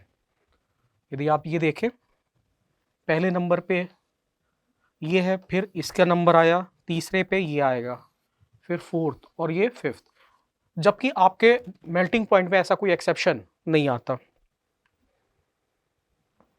रिएक्टिविटी टुवर्ड्स ऑक्सीजन के साथ रिएक्ट करेगा तो ये मेनली ये दो चीजें बनती है, पर आपको मालूम है नाइट्रोजन तो और भी ऑक्साइड्स बनाता है, जैसे कि अभी मैंने डिस्कस किया कि +1 +2 +4 में भी बनाता है। तो अब वो यदि हम लोग बात करें तो N2O और NO ये तो न्यूट्रल ऑक्साइड्स होते हैं। क्या होते हैं बेटा? न्यूट्रल ऑक्साइड्स होते हैं। वहीं पे आपका क्या होता है, AS2O3 और Sb2O3 ये आपके क्या होते हैं, एम्फोटेरिक होते हैं, एम्फोटेरिक ऑक्साइड्स होते हैं। और बाकी आपके क्या होगा, जो फास्फोरस के ऑक्साइड है वो सब क्या होंगे, एसिडिक होंगे। इसी में हायर ऑक्सीडेशन स्टेट वाला भी क्या होता है बेटा, एसिडिक इन नेचर होता है। ठीक है, Bi2O3 क्या होगा, प्रीडोमिनेंटली बेसिक होगा। क्या होगा, प्रीडोमिनेंटली बेसिक होगा। यदि हम लोग हेलोजन से रिएक्शन की बात करें तो सभी क्या करते हैं, हैलाइड्स बनाते हैं, ट्राई हैलाइड्स और पेंटा हैलाइड्स। AX3 बनता है और AX5 बनता है। अब AX5 कौन नहीं बना सकता, नाइट्रोजन तो बना ही नहीं सकता। क्यों नहीं बना सकता, क्योंकि 5 बॉन्ड बना नहीं सकता, 5 बॉन्ड्स वो फॉर्मेशन कर ही नहीं सकता, क्योंकि डी ऑर्बिटल्स नहीं है। एनसीईआरटी में साफ लिखा है कि बिस्मथ के पेंटा हैलाइड्स में केवल BiF5 ही स्टेबल है, बाकी कोई स्टेबल नहीं है, मतलब बाकी नहीं बनते। अब यदि हम लोग बात करें यहाँ पे एलिमेंट्स की, तो जो ट्राई हैलाइड्स होते हैं नाइट्रोजन के, उसमें केवल NF3 स्टेबल है। केवल NF3 आपका क्या होता है, स्टेबल होता है, बाकी कोई इतना स्टेबल नहीं होता। All the trihalides of these elements except those of nitrogen are stable, सभी स्टेबल है। और सबसे ज्यादा स्टेबल कौन होगा नाइट्रोजन में, NF3। इस चीज को ध्यान रखना पड़ेगा आपको। ठीक है, BiF3 प्रीडोमिनेंटली क्या होता है बेटा, आयनिक होता है, जबकि बाकी सब क्या होते हैं, कोवलेंट्स होते हैं, कोवलेंट कंपाउंड बनाते हैं। मेटल्स के साथ रिएक्शन करते हैं तो क्या होता है, जब ये मेटल्स के साथ रिएक्शन करते हैं तो जनरली इसमें -3 ऑक्सीडेशन स्टेट आती है, नाइट्राइड, फास्फाइड, आर्सेनाइड्स, इस तरह से फॉर्मेशन होते हैं। अब हम लोग कुछ कुछ क्वेश्चंस कर लेते हैं। विच of the following is basic, आपको बताया था पहला वाला क्या है, न्यूट्रल है, दूसरा एसिडिक है, तीसरा एम्फोटेरिक है, और फोर्थ वन वाला बेसिक इन नेचर है। The +1 and +3 oxidation state of phosphorus disproportionate in acidic medium in, the phosphorus की कौन सी ऑक्सीडेशन स्टेट बनती है, आपको बताया था फास्फीन और फास्फोरिक एसिड। इसी तरह से बहुत से क्वेश्चन फ्रेम किए जा सकते हैं कि कौन सा ट्राई हैलाइड जो है आपका आयनिक इन नेचर है, तो वो क्या आपको मैंने बताया था BiF3। नाइट्रोजन की क्या डिफरेंट प्रॉपर्टीज है, they have unique p-pi bond formation tendency. ठीक है, और डी पाई बॉन्ड नहीं बनता, डी नहीं होता। उसी तरह कोवलेंसी 4 से ऊपर एक नहीं होती, जबकि बाकी एक्सपेंड कर सकते हैं अपनी कोवलेंसी। तो इस तरह के क्वेश्चन इनमें फ्रेम होते हैं। अब हम लोग बात आएंगे करेंगे किसकी, 16 ग्रुप की। 16 ग्रुप में देखें आप, ऑक्सीजन अर्थ क्रस्ट में सबसे ज़्यादा पाए जाने वाला एलिमेंट है, इसको ध्यान रखेंगे। ठीक है, और ऐसा ही आपका सेकंड नंबर पे आता है, एल्युमिनियम थर्ड नंबर पे आएगा। इसके बाद देखा जाए, और ये चीज़ें आपको बेसिकली मालूम होती हैं, बट पूछने को पूछ सकता है, क्वेश्चन फ्रेम करना है कि अराउंड कितना % होगा। अब देखो सल्फर जो है अर्थ क्रस्ट में बहुत कम पाया जाता है, पर यहाँ पे आपने कुछ ओर्स के नाम देखे, यदि ओर्स के नाम यहाँ पे लिखें तो इन ओर्स के नाम पूछ सकता है, क्योंकि उन्होंने मेंशन किया हुआ है P ब्लॉक में। अब बाकी जो होते हैं सेलेनाइट्स और टेलुराइट्स होते हैं आपके, सेलेनियम टेलुरियम के। और पोलेनियम तो आपका क्या होता है, डी के प्रोडक्ट है थोरियम और यूरेनियम का, मतलब ये क्या है, रेडियो एक्टिव एलिमेंट होता है। अब वहीं पे यहाँ पे भी आपको सेम वही काम करना है, कोवलेंट रेडियस पे फोकस करना है। इसके बाद आपको यहाँ पर आयनाइजेशन एनर्जी फर्स्ट, और electronegativity, density, melting point, boiling point, इस तरह से बात करनी है। अब यदि मैं यहाँ पे देखूँ कि ऑक्सीडेशन स्टेट की, तो यहाँ पे क्या होता है, ये क्या होते हैं, कई ऑक्सीडेशन स्टेट शो करते हैं, पर इनके ग्रुप की भी वही चीज़ जो आपसे मैं बार बार बता रहा था कि +4 और +6 को बहुत ही कॉमन ऑक्सीडेशन स्टेट है। ये हायर ऑक्सीडेशन स्टेट कहलाएगी, ये लोअर ऑक्सीडेशन स्टेट कहलाएगी। +6 की स्टेबिलिटी डाउन द ग्रुप जाने पे कम होगी और +4 की बढ़ेगी। और वहीं देखा जाए तो ये सबसे कॉमन यही ऑक्सीडेशन स्टेट होती हैं। अब यदि देखें, the stability -2 oxidation state decreases down the group, polonium hardly show negative oxidation state. मैंने आपको बताया था कि ये 3 पॉइंट्स तो आपको सारे ग्रुप में सेम ही दिखाई देंगे, तो इसमें कुछ अलग से पढ़ने का नहीं है। आपको जो ये चीज बताई थी मैंने, ठीक है, वही इनर्ट पेयर इफेक्ट की वजह से। अब एक चीज और ध्यान रखना है, ऑक्सीजन क्या करता है, -2 से +2 तक की ऑक्सीडेशन स्टेट शो करता है, और ये पॉजिटिव ऑक्सीडेशन स्टेट केवल कब शो करेगा, when it combines with fluorine. जब वो फ्लोरीन से करेगा, क्योंकि फ्लोरीन ही उससे ज़्यादा मोर इलेक्ट्रोनेगेटिव एलिमेंट है, बाकी तो एलिमेंट उससे क्या है, कम इलेक्ट्रोनेगेटिव हैं, तो बाकी के साथ तो नेगेटिव रखेगा पर इनके साथ पॉजिटिव ऑक्सीडेशन स्टेट में रहेगा। अब जैसे कि मैंने आपको कहा हाइड्रोजन का बिहेवियर देखना, अब जैसे कि आपने हाइड्रोजन का बिहेवियर देखेंगे, बहुत सीधा सा है, डाउन द ग्रुप जाएंगे, साइज ऑफ सेंट्रल एटम बढ़ रहा है, बॉन्ड एनर्जी कम होगी, बॉन्ड एनर्जी कम होगी तो आसानी से H निकलेगा, H+ वो आसानी से देगा तो एसिडिक कैरेक्टर नीचे जाने पर बढ़ेगा। अब 15 ग्रुप में, 15 ग्रुप के अंदर हाइड्राइड्स की जब बात की गई थी तो उसमें एनसीईआरटी लिखती है कि नीचे जाने पर एसिडिक कैरेक्टर बढ़ता है क्योंकि बॉन्ड एनर्जी कम हो रही है, एसिडिक कैरेक्टर बढ़ रहा है तो लुईस बेसिक कैरेक्टर उनका कम होगा। तो इस तरह की लैंग्वेज यूज़ की गई है आपके एनसीईआरटी में, तो मेंस में हो सकता है इस तरह की लाइन भी पूछे। यहाँ पे आप देखें नीचे जाने में बॉन्ड एनर्जी कम हो रही है, बॉन्ड एनर्जी कम होगी तो एसिडिक कैरेक्टर बढ़ेगा, रिड्यूसिंग प्रॉपर्टी बढ़ेगी। मेल्टिंग बॉइलिंग पॉइंट में देखें तो वाटर में क्या होगा, हाइड्रोजन बॉन्डिंग होगी तो उसके मेल्टिंग और बॉइलिंग पॉइंट्स सबसे ज़्यादा होंगे, उसके बाद टेलीरियम, फिर सिलेरियम और फिर H2S, इस तरह से ऑर्डर आएगा। यदि आप देखें तो वाटर को छोड़कर बाकी क्या करते हैं, रिड्यूसिंग प्रॉपर्टी शो करते हैं, जबकि वाटर रिड्यूसिंग प्रॉपर्टी शो नहीं करता। रिएक्टिविटी विद ऑक्सीजन, अब देखो ऑक्सीजन की रिएक्टिविटी की बात करें तो देखो ऑक्सीजन क्या है, खुद से ही तो रिएक्ट करेगा नहीं, पर वो करके ओजोन बना सकता है। क्या बना सकता है, अपने दूसरा इलेक्ट्रॉपिक फॉर्म क्या बनाता है, ओजोन। आपको मालूम है कि जो ओजोन की प्रिपरेशन की जाती है वो ऑक्सीजन ही से की जाती है। तो यदि मैं ऑक्सीजन की बात करूं तो ऑक्सीजन EO2 टाइप का बना रहा है, मतलब यदि O3 की आप बात करें, O3 की, तो क्या है, ऑक्सीजन को हम सेंट्रल में ले लें और 2 ऑक्सीजन और जोड़ रहे हैं तो O3 बन रहा है, जबकि EO3 में ऑक्सीजन नहीं बनाएगा क्योंकि 4 ऑक्सीजन एक साथ नहीं जुड़ेंगे। अब यहाँ पे बात करते हैं, यहाँ पे उन्होंने लिखा है ओजोन जो है वो आपके ओजोन और सल्फर डाइऑक्साइड गैस है और सेलेनियम आपका क्या है, सॉलिड है। अब ये डेटा उन्होंने उठा के दे दिया, हो सकता है आपसे पूछ ले कि भाई सेलेनियम किस फिजिकल स्टेट में पाया जाता है, सेलेनियम ऑक्साइड। अब इसके बाद क्या कह रहे हैं, यहाँ से यहाँ जाने पर जब आप प्रॉपर्टी की, रिड्यूसिंग प्रॉपर्टी की बात करते हैं, डिक्रीज करती है। अब यहाँ पे आप यदि देखें तो ये +4 में है, किस में है बेटा, +4 में। इसकी हायर ऑक्सीडेशन स्टेट +6 है, तो नीचे जाने +6 की स्टेबिलिटी क्या हो रही है बेटा, कम हो रही है, और +6 की स्टेबिलिटी कम हो रही है, +4 की बढ़ रही है। तो यहाँ पे ये अच्छे रिड्यूसिंग एजेंट नहीं होगा। क्यों नहीं हो पाएगा, क्योंकि ये +6 में जाना नहीं चाहता। उल्टा TeO2 तो ऑक्सीडाइजिंग एजेंट होता है, ना कि रिड्यूसिंग एजेंट होता है। हैलोजेंस की बात करें तो हैलोजेंस के साथ रिएक्ट करेंगे तो क्या बनेगा, इनमें क्या बनता है, EX6, EX4 और EX2 टाइप के हैलाइड्स बनते हैं। यदि आपकी स्टेबिलिटी की बात करें तो सबसे ज़्यादा स्टेबल किसके होते हैं, फ्लोराइड्स होते हैं, ठीक है।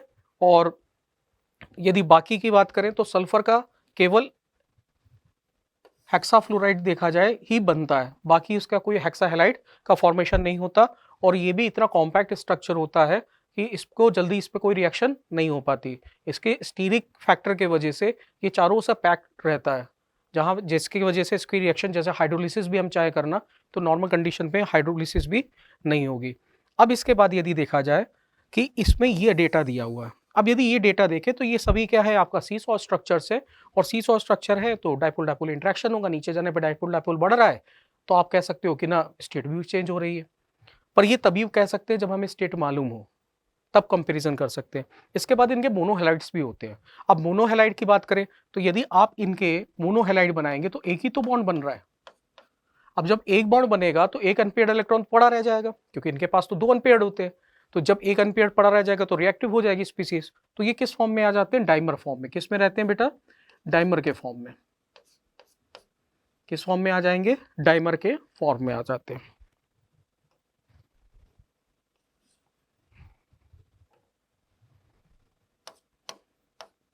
और ये जो डाइमर्स बनते हैं ये आसानी से डिस्प्रोपोर्शनेट हो जाते हैं। और किस में डिस्प्रोपोर्शनेट होते हैं, EX4 और E में डिस्प्रोपोर्शनेट होते हैं। अब इस पे भी क्वेश्चन बन सकता है कि मतलब कौन सी इसमें स्पीसीज डिस्प्रोपोर्शनेट होगी, कौन सी नहीं होगी। अब देखो यहाँ पे मैंने कुछ बात कर ली है, क्वेश्चंस ले लिए। एमगस्ट, H2O, H2S, H2SE, H2TE, the one with the highest boiling point is, सबसे हाईएस्ट बॉइलिंग पॉइंट किसका होगा बेटा, H2O का होगा, क्योंकि उसमें क्या होती है, हाइड्रोजन बॉन्डिंग होती है। क्या होती है बेटा, हाइड्रोजन बॉन्डिंग होती है। वहीं Fe2Cl2 डिस्प्रोपोर्शनेट किस में होता है? अभी आपको बताया कि एक तो सेलेनियम बनेगा और दूसरा SeCl4 बनेगा, तो ये आपका था 16 ग्रुप।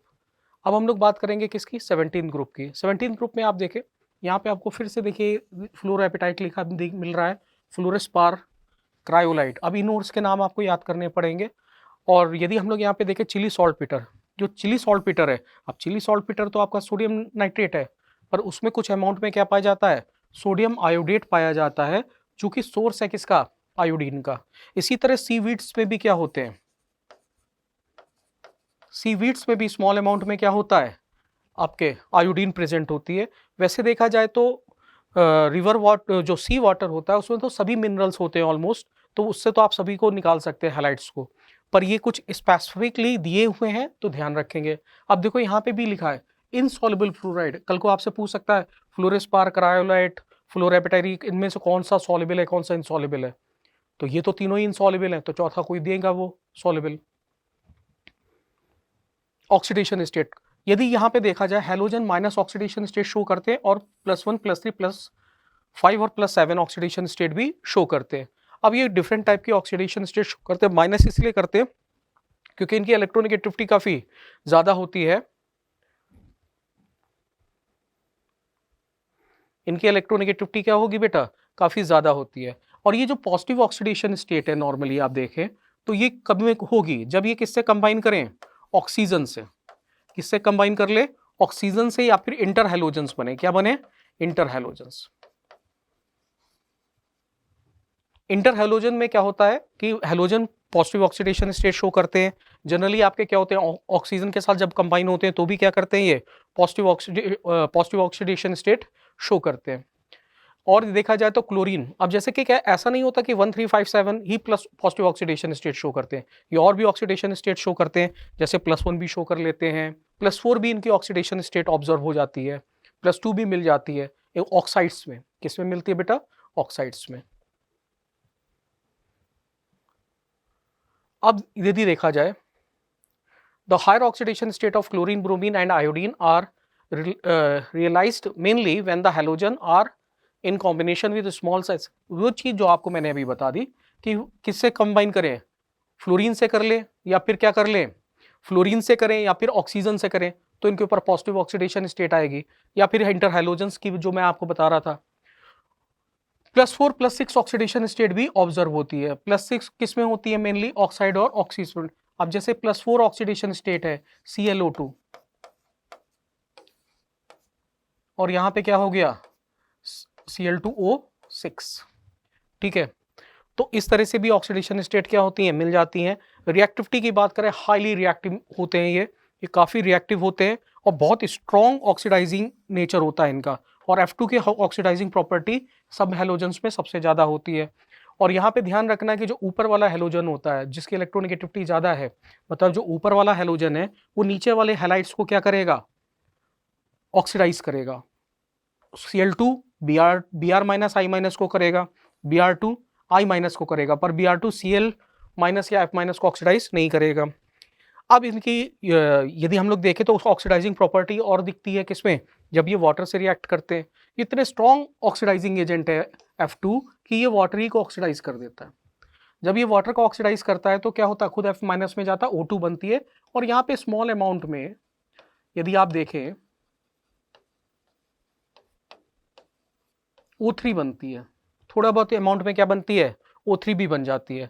यदि हम बात करें Cl2 और Br2 की, किसकी बात कर रहे हैं? Cl2, तो ये डिस्प्रोपोर्शनेट हो जाते हैं किसमें? HX और HXO में। I2 की बात करें तो I2 तो क्या करता है? I2 डायरेक्टली वाटर से रिएक्ट नहीं करता। आयोडीन जो है वो वाटर से डायरेक्टली रिएक्ट नहीं करेगा, और ये क्या होता है? लेस सॉल्युबल होता है वाटर में। क्या होता है? लेस सॉल्युबल इन वाटर, बहुत ही लेस सॉल्युबल होते हैं। Br2 की भी सॉल्युबिलिटी वाटर में कम ही होती है, मतलब नॉन पोलर सॉल्वेंट्स में ज्यादा होती है। अब यदि हम लोग बात कर रहे हैं रिएक्टिविटी टुवर्ड्स हाइड्रोजन, हाइड्रोजन के टुवर्ड्स, वही आपको बेसिक पॉइंट ध्यान रखना है। अब आपको एक चीज बहुत क्लियर मालूम चल गई, हाइड्रोजन के साथ कंबाइन करो तो उसकी बॉन्ड एनर्जी, मेल्टिंग पॉइंट, यदि एसिडिक कैरेक्टर है तो वो देखिए, बॉइलिंग पॉइंट देखिए। फ्लोरीन की रिएक्शन ऑक्सीजन से कराते हैं तो ऑक्साइड नहीं बनता। क्या नहीं बनता? ऑक्साइड। क्या बनता है? फ्लोराइड, क्योंकि इसकी इलेक्ट्रोनेगेटिविटी F की ज्यादा है, तो वो ऑक्साइड ना कहला के ये क्या कहलाएंगे, फ्लोराइड्स। अब यदि देखा जाए रूम टेम्परेचर पे तो OF2 ही थर्मली क्या होता है, स्टेबल होता है, O2F2 इतना स्टेबल नहीं होता। O2F2 को यूज किया जाता है प्लूटोनियम को PuF6 में बनाने के लिए, जिससे कि वो आप न्यूक्लियर रिएक्टर फ्यूल से उसको बाहर निकालते हैं। मतलब आप क्या कर रहे हैं, रिमूवल कर रहे हैं प्लूटोनियम का in the form of PuF6। Chlorine और ब्रोमीन और आयोडीन की बात करें तो ये सभी ऑक्साइड बनाएंगे, क्योंकि इनकी इलेक्ट्रोनेगेटिविटी ऑक्सीजन से क्या होती है, कम होती है। यदि हम काइनेटिक और थर्मोडायनेमिक डेटा के अकॉर्डिंग देखें तो आप जनरली देखते हैं स्टेबिलिटी डिक्रीज करती है, डिक्रीजिंग डाउन द ग्रुप, पर सबसे कम क्या होते हैं, Br होता है। और Br की तो बेटा हालत ऐसी होती है कि काफ़ी लो टेम्परेचर पे ही क्या करता है, एग्जिस्ट करता है। सबसे ज़्यादा स्टेबल कौन होते हैं, आयोडीन। आयोडीन सबसे ज़्यादा स्टेबल इसलिए होता है कि उसकी पोलराइजेबिलिटी सबसे ज़्यादा होती है। Cl में unique pi bond formation tendency हो जाएगी, मतलब इन तीनों में सबसे ज़्यादा पाई बॉन्ड फॉर्मेशन टेंडेंसी उसी की रहेगी। अब यदि हम लोग बात करें किसकी, क्लोरीन के ऑक्साइड की, Cl2O, ClO2, Cl2O6 और Cl2O7, ये आपके बनते हैं। और ये सभी स्ट्रॉन्ग ऑक्सीडाइजिंग एजेंट हैं। क्या है बेटा, सभी स्ट्रॉन्ग ऑक्सीडाइजिंग एजेंट हैं। और ClO2 का यूज़ किया जाता है ब्लीचिंग के लिए यूज़ किया जाता है पेपर एंड पल्प इंडस्ट्री में। उसी तरह ब्रोमीन का ऑक्साइड भी क्या है, लो टेम्परेचर पे एग्जिस्ट करते हैं। ये काफ़ी लो टेम्परेचर पे एग्जिस्ट करते हैं ब्रोमीन के ऑक्साइड्स, और ये भी बहुत स्ट्रॉन्ग क्या है, ऑक्सीडाइजिंग एजेंट है। आयोडीन के ऑक्साइड्स की बात करें तो ये सारे आयोडीन के ऑक्साइड वाटर में क्या होते हैं, इनसॉल्युबल और सॉलिड होते हैं, इनसॉल्युबल होते हैं, सॉलिड होते हैं और डिकम्पोज कर जाते हैं। और I2O5 का यूज किया जाता है, इज यूज्ड एस्टिमेशन ऑफ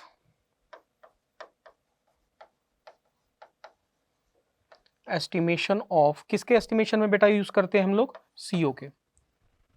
तो CO के एस्टिमेशन में आप किसका यूज करते हैं, I2O5 का। अब वहां पे देख लीजिए, which of the following oxidise water, अभी आपको बताया F2 करेगा। Which of the following having highest boiling point, सबसे ज्यादा बॉइलिंग पॉइंट किसका होगा, HF का। मेल्टिंग पॉइंट में एक्सेप्शन है बेटा, बॉइलिंग पॉइंट में नहीं। What is the formula of fluoroapatite, fluoroapatite का आपको बताया 3 पार्ट ये होगा और 1 पार्ट ये रहता है। अब हम लोग बात करेंगे किसकी, नोबल गैसेस की। 18 ग्रुप पे आ गए हम लोग। अब यहाँ पे क्या होता है, हीलियम होता है, neon, argon, krypton, xenon, radon और ओजी अभी नया एलिमेंट है। अब इसको क्यों बता रहा हूँ, क्योंकि आपके एनसीईआरटी ने इसकी को बताया बनेगा कैसे। आप CF और कैल्शियम को आपस में रिएक्ट करके क्या बनाते हैं, मतलब आपका फ्यूज करके ओजी बनाते हैं और 3 न्यूट्रॉन्स क्या होते हैं, निकल जाते हैं।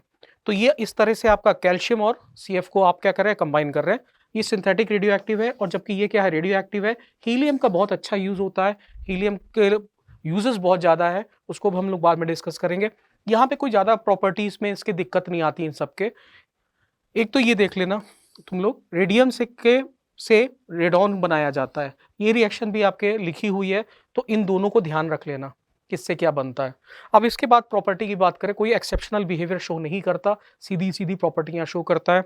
डाउन द ग्रुप जाने पे एटॉमिक रेडियस बढ़ेगा, आयनाइजेशन एनर्जी कम होगी, डेंसिटी बढ़ेगी, बॉइलिंग मेल्टिंग पॉइंट बढ़ेंगे, सॉल्युबिलिटी इन वाटर बढ़ेगी। सॉल्युबिलिटी इन वाटर क्यों बढ़ती है, डेबाई फोर्सेस बढ़ते हैं नीचे जाने पर। और इसी ग्रुप में आप नीचे जाते हैं तो मेल्टिंग और बॉइलिंग पॉइंट क्यों बढ़ते हैं, मेल्टिंग बॉइलिंग पॉइंट इसलिए बढ़ते हैं कि एफ लंडन फोर्सेस क्या होते हैं, इंक्रीज करते हैं। ये सभी गैसेस क्या होती हैं, कलरलेस, ऑर्डरलेस और टेस्टलेस गैसेस होती है, मोनोएटॉमिक गैस है। सभी क्या है, मोनोएटॉमिक गैस होती है, स्प्रैंगली सॉल्युबल इन वाटर हैं, और बॉइलिंग पॉइंट, मेल्टिंग पॉइंट काफ़ी लो होते हैं, लंडन फोर्सेस लगते हैं। और हीलियम का लोएस्ट बॉइलिंग पॉइंट होता है among all elements. Ionization energy helium की सबसे ज़्यादा होती है। इट हैज़ अनयूजुअल प्रॉपर्टी, ये ध्यान रखने वाली प्रॉपर्टी बात है, डिफ्यूजिंग। ये क्या करते हैं, कॉमन लेबोरेटरी जो मटेरियल्स होते हैं उससे डिफ्यूज कर जाते हैं, जैसे कि रबर हुआ, आपका प्लास्टिक हुआ या ग्लास हुआ, इनसे डिफ्यूज कर जाएंगे। अब ये जो प्रॉपर्टीज के बारे में मैंने आपको बताया था, ये सारी प्रॉपर्टीज लिए ध्यान रखना। आर्गन जो होता है, जो आर्गन है, आर्गन मोस्ट अबंडेंट है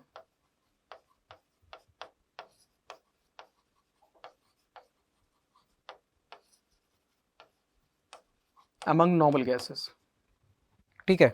अब यदि हम लोग इसकी बात करें केमिकल फिजिकल प्रॉपर्टी, मैंने आपको बताई थी। केमिकल प्रॉपर्टी की बात करें, extra stable outer shell electronic configuration है, बहुत ही हाई आयनाइजेशन एनर्जी है, और इलेक्ट्रॉन गेन एंथैल्पी भी हाईली पॉजिटिव होती है, तो ना तो केटाइन बनाना चाह रहा है, ना एनाइन बनाना चाह रहा है, ना शेयरिंग करना चाहता है।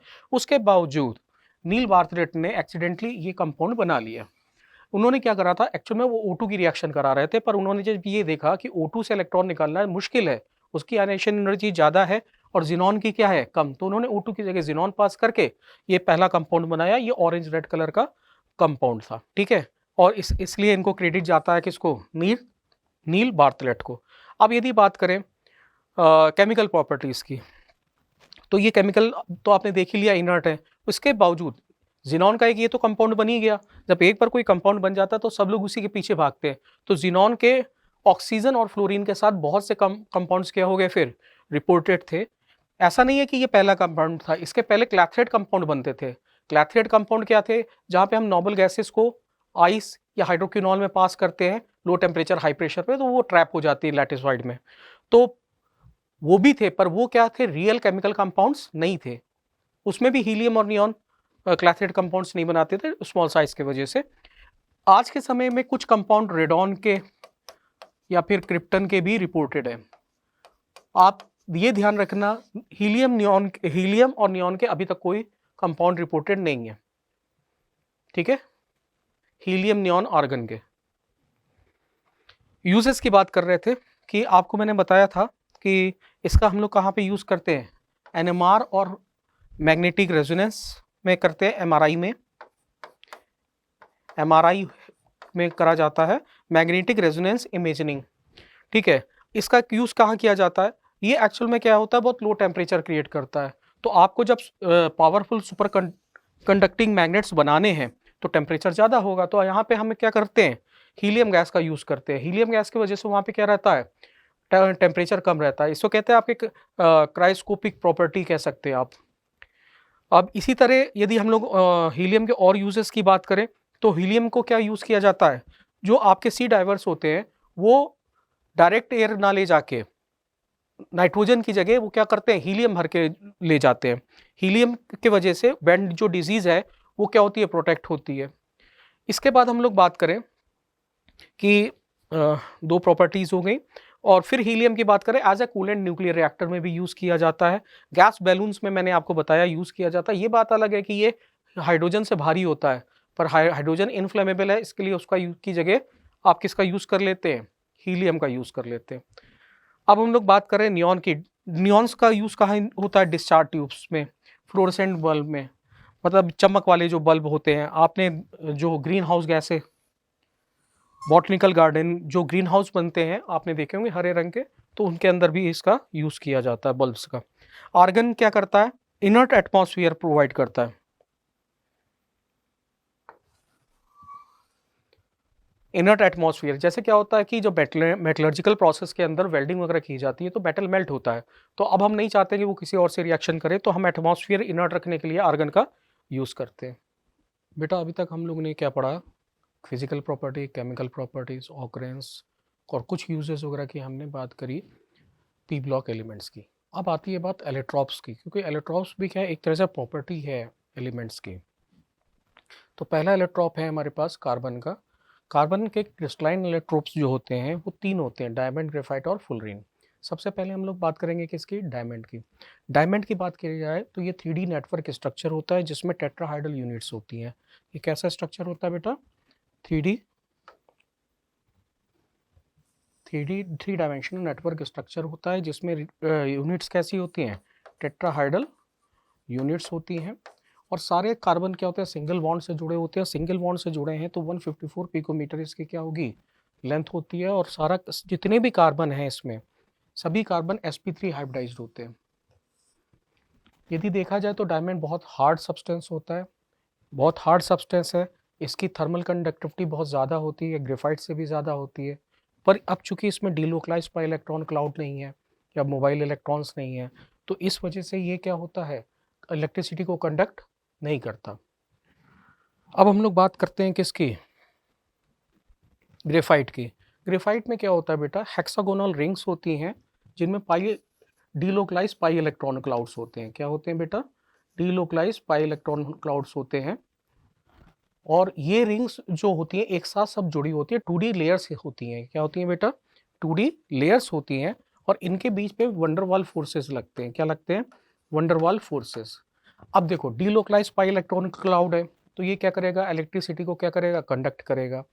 सेकेंडरी, इसके बीच में ये जो बॉन्ड्स हैं, ये सारे बॉन्ड्स आपके कैसे हैं? वंडरवाल फोर्स, तो वे वीक फोर्सेज हैं, तो ये एक दूसरे के ऊपर लेयर्स आसानी से स्लाइड हो जाती है, इसलिए हम इसमें क्या आता है? स्लिपरी नेचर आता है और हम इसको सॉलिड लुब्रिकेंट के रूप में यूज करते हैं।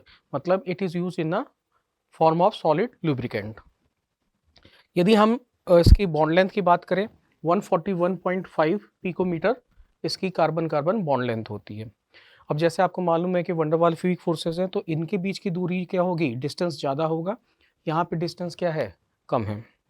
अब हम लोग बात करेंगे कार्बन के क्रिस्टलाइन एलोट्रॉप की, जो कि सबसे लेटेस्ट प्रिपेयर किया गया है। इसे कहते हैं फुलरीन। अब फुलरीन को जब सबसे पहले आइसोलेट किया गया तो उसमें सबसे बड़ा अमाउंट किसका था? आपके C60 का सबसे बड़ा अमाउंट था C60 का। उसके बाद C70 कुछ अमाउंट में था, स्मॉल अमाउंट में, और बाकी जो थे डिफरेंट टाइप के फुलरीन्स थे जो बहुत ट्रेस अमाउंट में प्रेजेंट थे। यदि फुलरीन की बात करें तो हम इसको इस तरह से सिम्बलाइज करते हैं CN, जहाँ पे N की वैल्यू C50 से तक तो हो ही गई है, उससे ऊपर भी ऑब्जर्व है। अब N की वैल्यू जो होती है वो इवन नंबर में होती है। यदि हम लोग इसकी बात करें तो ये सॉकर बॉल लाइक स्ट्रक्चर होता है C60, जिसमें कार्बन sp2 हाइब्रिडाइज्ड होता है। अब ये सॉकर बॉल लाइक स्ट्रक्चर है, इसको बकमिस्टर फुलरीन और बकी बॉल भी कहते हैं। एक्चुअल में बकमिस्टर एक आर्किटेक्ट थे जिन्होंने एक पवेलियन का डोम बनाया, जिसके स्ट्रक्चर के बेसिस पे इसका स्ट्रक्चर ड्राइव किया गया, इसीलिए इसको बकमिस्टर फुलरीन कहते हैं। इसके कोई भी डांसलिंग बॉन्ड नहीं होते, क्योंकि इसमें सब कार्बन की कोवेलेंसी कंप्लीट रहती है। अब यदि हम लोग बात करें तो यहाँ पे क्या होता है बेटा? दो तरह की रिंग्स होती हैं। जैसे कि आपने ग्रेफाइट में देखा था केवल हेक्सागोनल रिंग्स थी, पर यहाँ पे दो तरह की रिंग्स होती हैं। एक क्या होती है? आपकी 6 मेंबर होती है और एक 5 मेंबर। यदि मैं इस तरह से बात करूं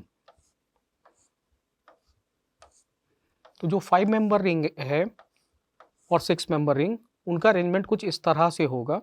मतलब हर एक 6 मेंबर रिंग 3 5 मेंबर रिंग से सराउंडेड होती है, और हर एक 5 मेंबर रिंग जो होती है वो ओनली किससे होती है?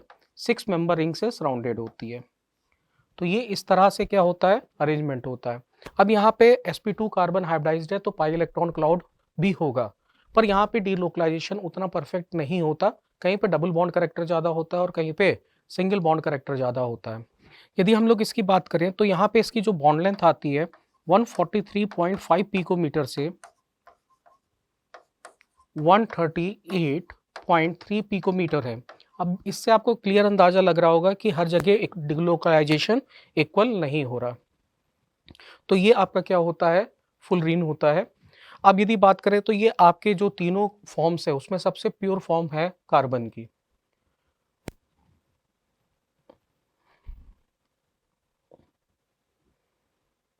जैसे मैंने आपको बताया था, इसको बकमिस्टर फुलरीन और बकी बॉल भी कहते हैं इन शॉर्ट। अब बात करते हैं प्रॉपर्टीज की। ग्रेफाइट और डायमंड की कंपेरिजन्स की पे क्वेश्चन आपके आईटी में आया हुआ है। सबसे पहले मैंने आपको बताया था थर्मल कंडक्टिविटी किसकी ज़्यादा होगी? डायमंड की। डायमंड की थर्मल कंडक्टिविटी ज़्यादा होती है। इलेक्ट्रिकल कंडक्टिविटी ग्रेफाइट की ज़्यादा होती है क्योंकि उसमें डीलोकलाइज पाई इलेक्ट्रॉन क्लाउड है। उसके बाद आता है थर्मोडायनेमिक स्टेबिलिटी। थर्मोडायनेमिक स्टेबिलिटी में हम देखें तो थर्मोडायनेमिक स्टेबिलिटी जो होती है वो आपके ग्रेफाइट की ज़्यादा होती है और डायमंड और फुलरीन की कम होती है। ग्रेफाइट की थर्मोडायनेमिक जो स्टेबिलिटी है वो ज़्यादा इसलिए होती है क्योंकि हम मानते हैं कि उसका डेल्टा एच ऑफ फॉर्मेशन क्या है? 0 है।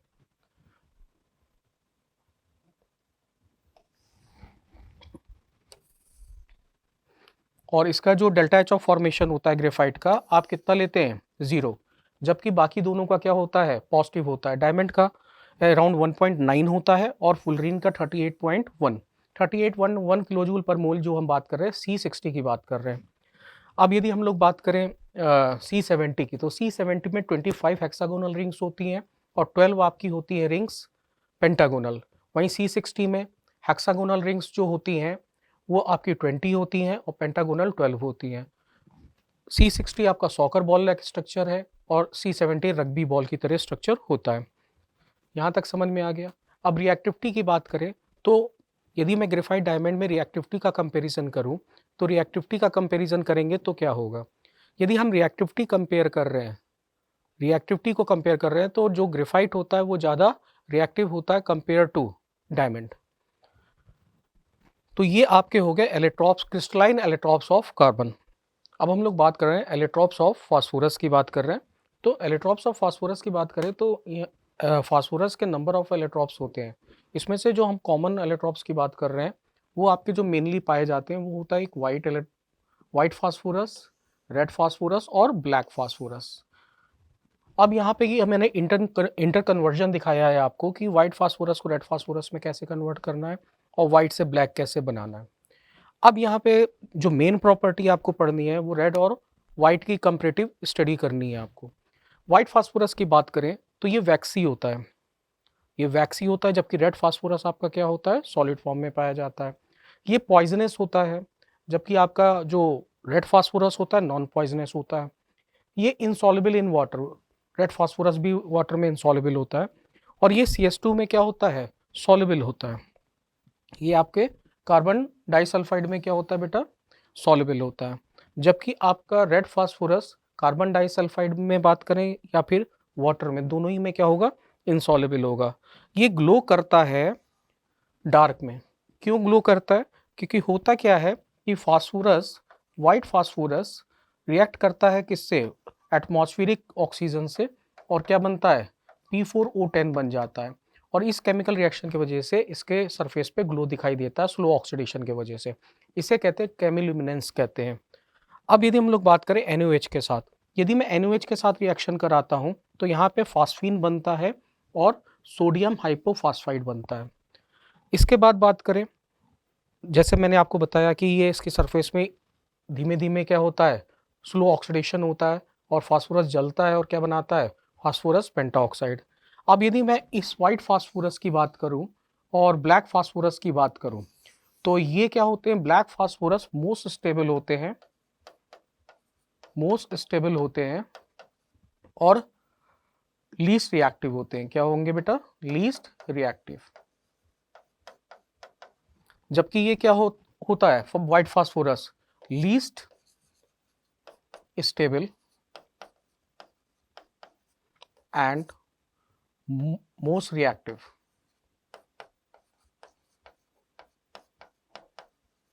अब यहाँ पे देखो इस स्ट्रक्चर के अंदर एंगल 60 डिग्री का है, तो यहाँ पे यदि p ऑर्बिटल से आप बॉन्ड बना रहे हैं और उनको 60 डिग्री पे रखेंगे तो बॉन्ड स्ट्रेन बहुत ज़्यादा होगा, जिसके वजह से ये बहुत ज़्यादा रिएक्टिव होता है, हाईली रिएक्टिव होता है। अब हम लोग रेड फास्फोरस में आ जाएं, इसमें आयरन ग्रे लस्टर मिलता है, जबकि आपके व्हाइट फास्फोरस में ऐसा नहीं होता। जैसे मैंने आपको बताया था ये ऑर्डरलेस है, जबकि आपका व्हाइट फास्फोरस की गार्लिक ऑर्डर होती है। क्या होती है, गार्लिक ऑर्डर। ये नॉन पॉइजनस होता है, insoluble in water as well as in carbon disulphide. और ये यदि व्हाइट फास्फोरस के कंपैरिजन में कहें तो उसके कंपैरिजन में ये काफ़ी लेस रिएक्टिव होता है, पर ब्लैक फास्फोरस से ज़्यादा रिएक्टिव होता है। ये ग्लो नहीं करता डार्क में, जैसे कि व्हाइट फास्फोरस हाईली रिएक्टिव है, ग्लो करता है डार्क में, ये ग्लो नहीं करेगा। तो ये आपके क्या हो गए, व्हाइट फास्फोरस हो गया और रेड फास्फोरस हो गया। यदि मैं स्ट्रक्चर की बात करूं ब्लैक फास्फोरस के, तो ब्लैक फास्फोरस में स्ट्रक्चर कुछ इस तरह से होता है। आप इसके कार्बन ना समझ के फास्फोरस यदि आप कंसिडर करें,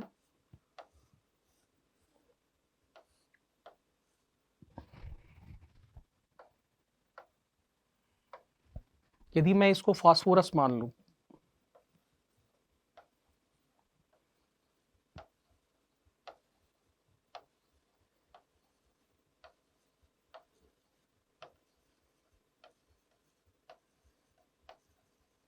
यदि हम इसको फास्फोरस मान लेते हैं तो फिर क्या होगा, दूसरी लेयर जो आएगी, यदि हम इसको फास्फोरस मान लेते हैं तो दूसरी जो लेयर आती है वो आपकी कुछ इस तरह से आएगी।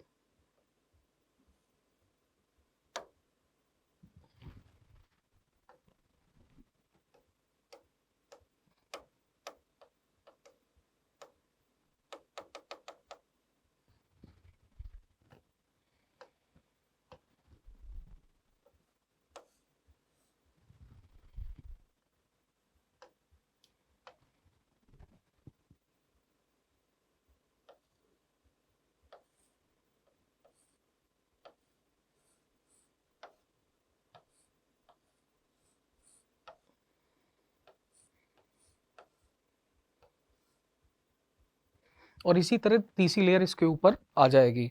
तो ये आपके क्या होते हैं, ब्लैक फास्फोरस का लेयर स्ट्रक्चर इस तरह से होता है। अब इसके बाद बात करेंगे एलिट्रॉप ऑफ सल्फर के। यदि सल्फर के एलिट्रॉप्स की बात करें तो सल्फर के भी बहुत से एलिट्रॉपिक फॉर्म्स होती है। मोस्ट कॉमन फॉर्म जो है वो आपकी क्या होती है, रोम्बिक होती है। ठीक है,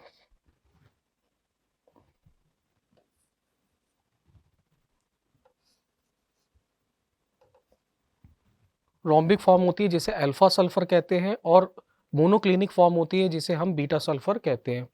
अब यदि हम लोग बात करें रूम टेम्परेचर में कौन ज़्यादा स्टेबल होता है, रूम टेम्परेचर पे आपका अल्फा सल्फर ज़्यादा स्टेबल होता है।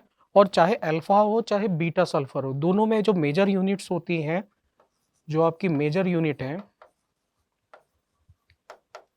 वो S8 होती हैं। S8 का स्ट्रक्चर आपका कुछ इस तरह से होता है।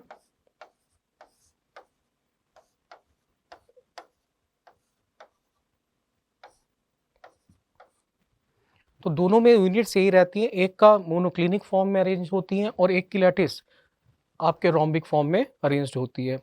369 ट्रांजिशन टेम्परेचर है। इस टेम्परेचर से बिलो अल्फा सल्फर बनता है और अबव बीटा सल्फर बनता है। इस पर्टिकुलर टेम्परेचर पे दोनों ही प्रेजेंट होते हैं, दोनों ही स्टेबल भी होते हैं और प्रेजेंट भी होते हैं। अब यदि हम रोम्बिक सल्फर की बात करें तो प्रिपरेशन, आप इसको कैसे प्रिपेयर करेंगे। रोल सल्फर को एवोपरेट कराया जाता है और फिर उसको एक्सट्रैक्ट किया जाता है किससे, कार्बन डाइसल्फाइड से।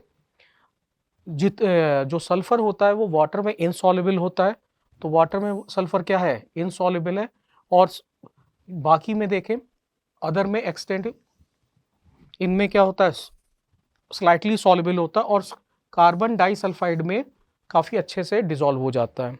उसी तरह बीटा सल्फर की बात करें तो ये नीडल शेप्ड क्रिस्टल्स होते हैं, जैसा कि अभी आपको मैंने बताया, और ये कलरलेस होता है। कैसा होगा बेटा, कलरलेस होगा। और ये वो 369 टेम्परेचर के ऊपर क्या करेगा, एग्जिस्ट करेगा, मतलब रूम टेम्परेचर पे ये एग्जिस्ट नहीं करेगा, रूम टेम्परेचर पे ये स्टेबल नहीं होता। इसको बनाते कैसे हैं, हम क्या करते हैं कि सबसे पहले अल्फा सल्फर को गर्म करके लिक्विड फॉर्म में लाते, और फिर जो लिक्विड होता है उसको थोड़ी देर रखने के बाद ऊपर जो लेयर बनती है उसमें पोर कर देते हैं और वो लिक्विड को बाहर निकाल लेते हैं। अब उस लेयर को हटा देंगे तो अंदर नीडल लाइक स्ट्रक्चर मिलेगा जो कि हमारा क्या होता है, बीटा सल्फर होता है। अब क्या होता है, जब 1000 केल्विन के ऊपर टेम्परेचर होता है तो S2 भी एग्जिस्टेंस में पाई जाती है। अब S2 जो है वेपर फॉर्म में पाई जा रही है, और यहाँ पे क्या होगा, यदि हम लोग S2 की बात करें तो ये ऑलमोस्ट सेम प्रॉपर्टी शो करता है किसकी तरह, O2 की तरह। जैसे कि ये भी पैरामैग्नेटिक है, O2 भी पैरामैग्नेटिक है। इस पे IIT ने क्वेश्चन पूछा हुआ है बेटा। अब देखो मैंने यहाँ पे कुछ क्वेश्चंस लिख दिए हैं। Identify the correct incorrect statement. Incorrect statement क्या है, S8 ring has a crown shape, अभी आपको बताया क्राउन शेप होता है, ये तो करेक्ट हो गया। क्या हो गया बेटा, ये तो आपका क्या हो गया, करेक्ट हो गया। फिर the S bond angle in the S8 and S are same, दोनों के सारे बॉन्ड एंगल सेम नहीं होते। ठीक है। Third, S2 is a paramagnetic like oxygen, rhombic and monoclinic sulphur have, तो आपका रॉन्ग आंसर क्या आ गया, बी। ठीक है। S6 यूनिट की जहां तक बात की जाती है, ये चेयर लाइक स्ट्रक्चर होता है, और ये आपके एंगल सल्फर में मेजर यूनिट होती है। अब कह रहा है a gas which exist in 3 allotropic form alpha beta and gamma, ये होती है आपकी SO3। SO3 अल्फा यदि है तो ये क्रॉस लिंक्ड होता है। क्या होता है बेटा, क्रॉस्ड लिंक्ड होता है। और बीटा जो होता है, बीटा जो होता है आपका, या फिर आप चेन कह सकते हैं, और गामा जो होता है, गामा आपका साइक्लिक स्ट्रक्चर होता है, जैसे कि S3O9। अब जैसे कि मुझे और क्वेश्चन पूछ रहे हूँ आपसे एलेट्रोपिक फॉर्म में, तो मैं आपसे पूछूंगा कि which of the following property are different in red and white phosphorus. ठीक है, तो colour, physical appearance, physical appearance हो गया, poisonous nature, glow in dark, क्या सॉलिबिलिटी इन वाटर। तो इस तरह से प्रॉपर्टीज में कंपैरिजन करके हम पूछ सकते हैं। या डायमंड ग्रेफाइट में पूछें तो हम कहेंगे which of the which of the following property is greater in diamond compare to graphite? Thermal conductivity definitely diamond की ज़्यादा है, थर्मोडाइनमिक स्टेबिलिटी ग्रेफाइट से कम है, इलेक्ट्रिकल कंडक्टिविटी ग्रेफाइट से कम है, और अब हम बॉन्ड लेंथ की बात करें तो डायमंड की ज़्यादा है। तो इस तरह से क्वेश्चन आपके पूछा गया है आईआईटी में। तो ये कुछ है एलेट्रोपिक फॉर्म्स हैं जो आपको पढ़ने हैं। तो मैं एक बार फिर से आपको बता दूं, सबसे पहले आपको पढ़ना है physical properties, chemical property, occurrence और एलिमेंट्स के यूजेस। उसके बाद आपको पढ़ना है एलेट्रोपिक फॉर्म। इतना कर लेते हैं तो आपके जो मेंस के हिसाब से सिलेबस है वो आपका क्या हो जाएगा, कंप्लीट हो जाएगा।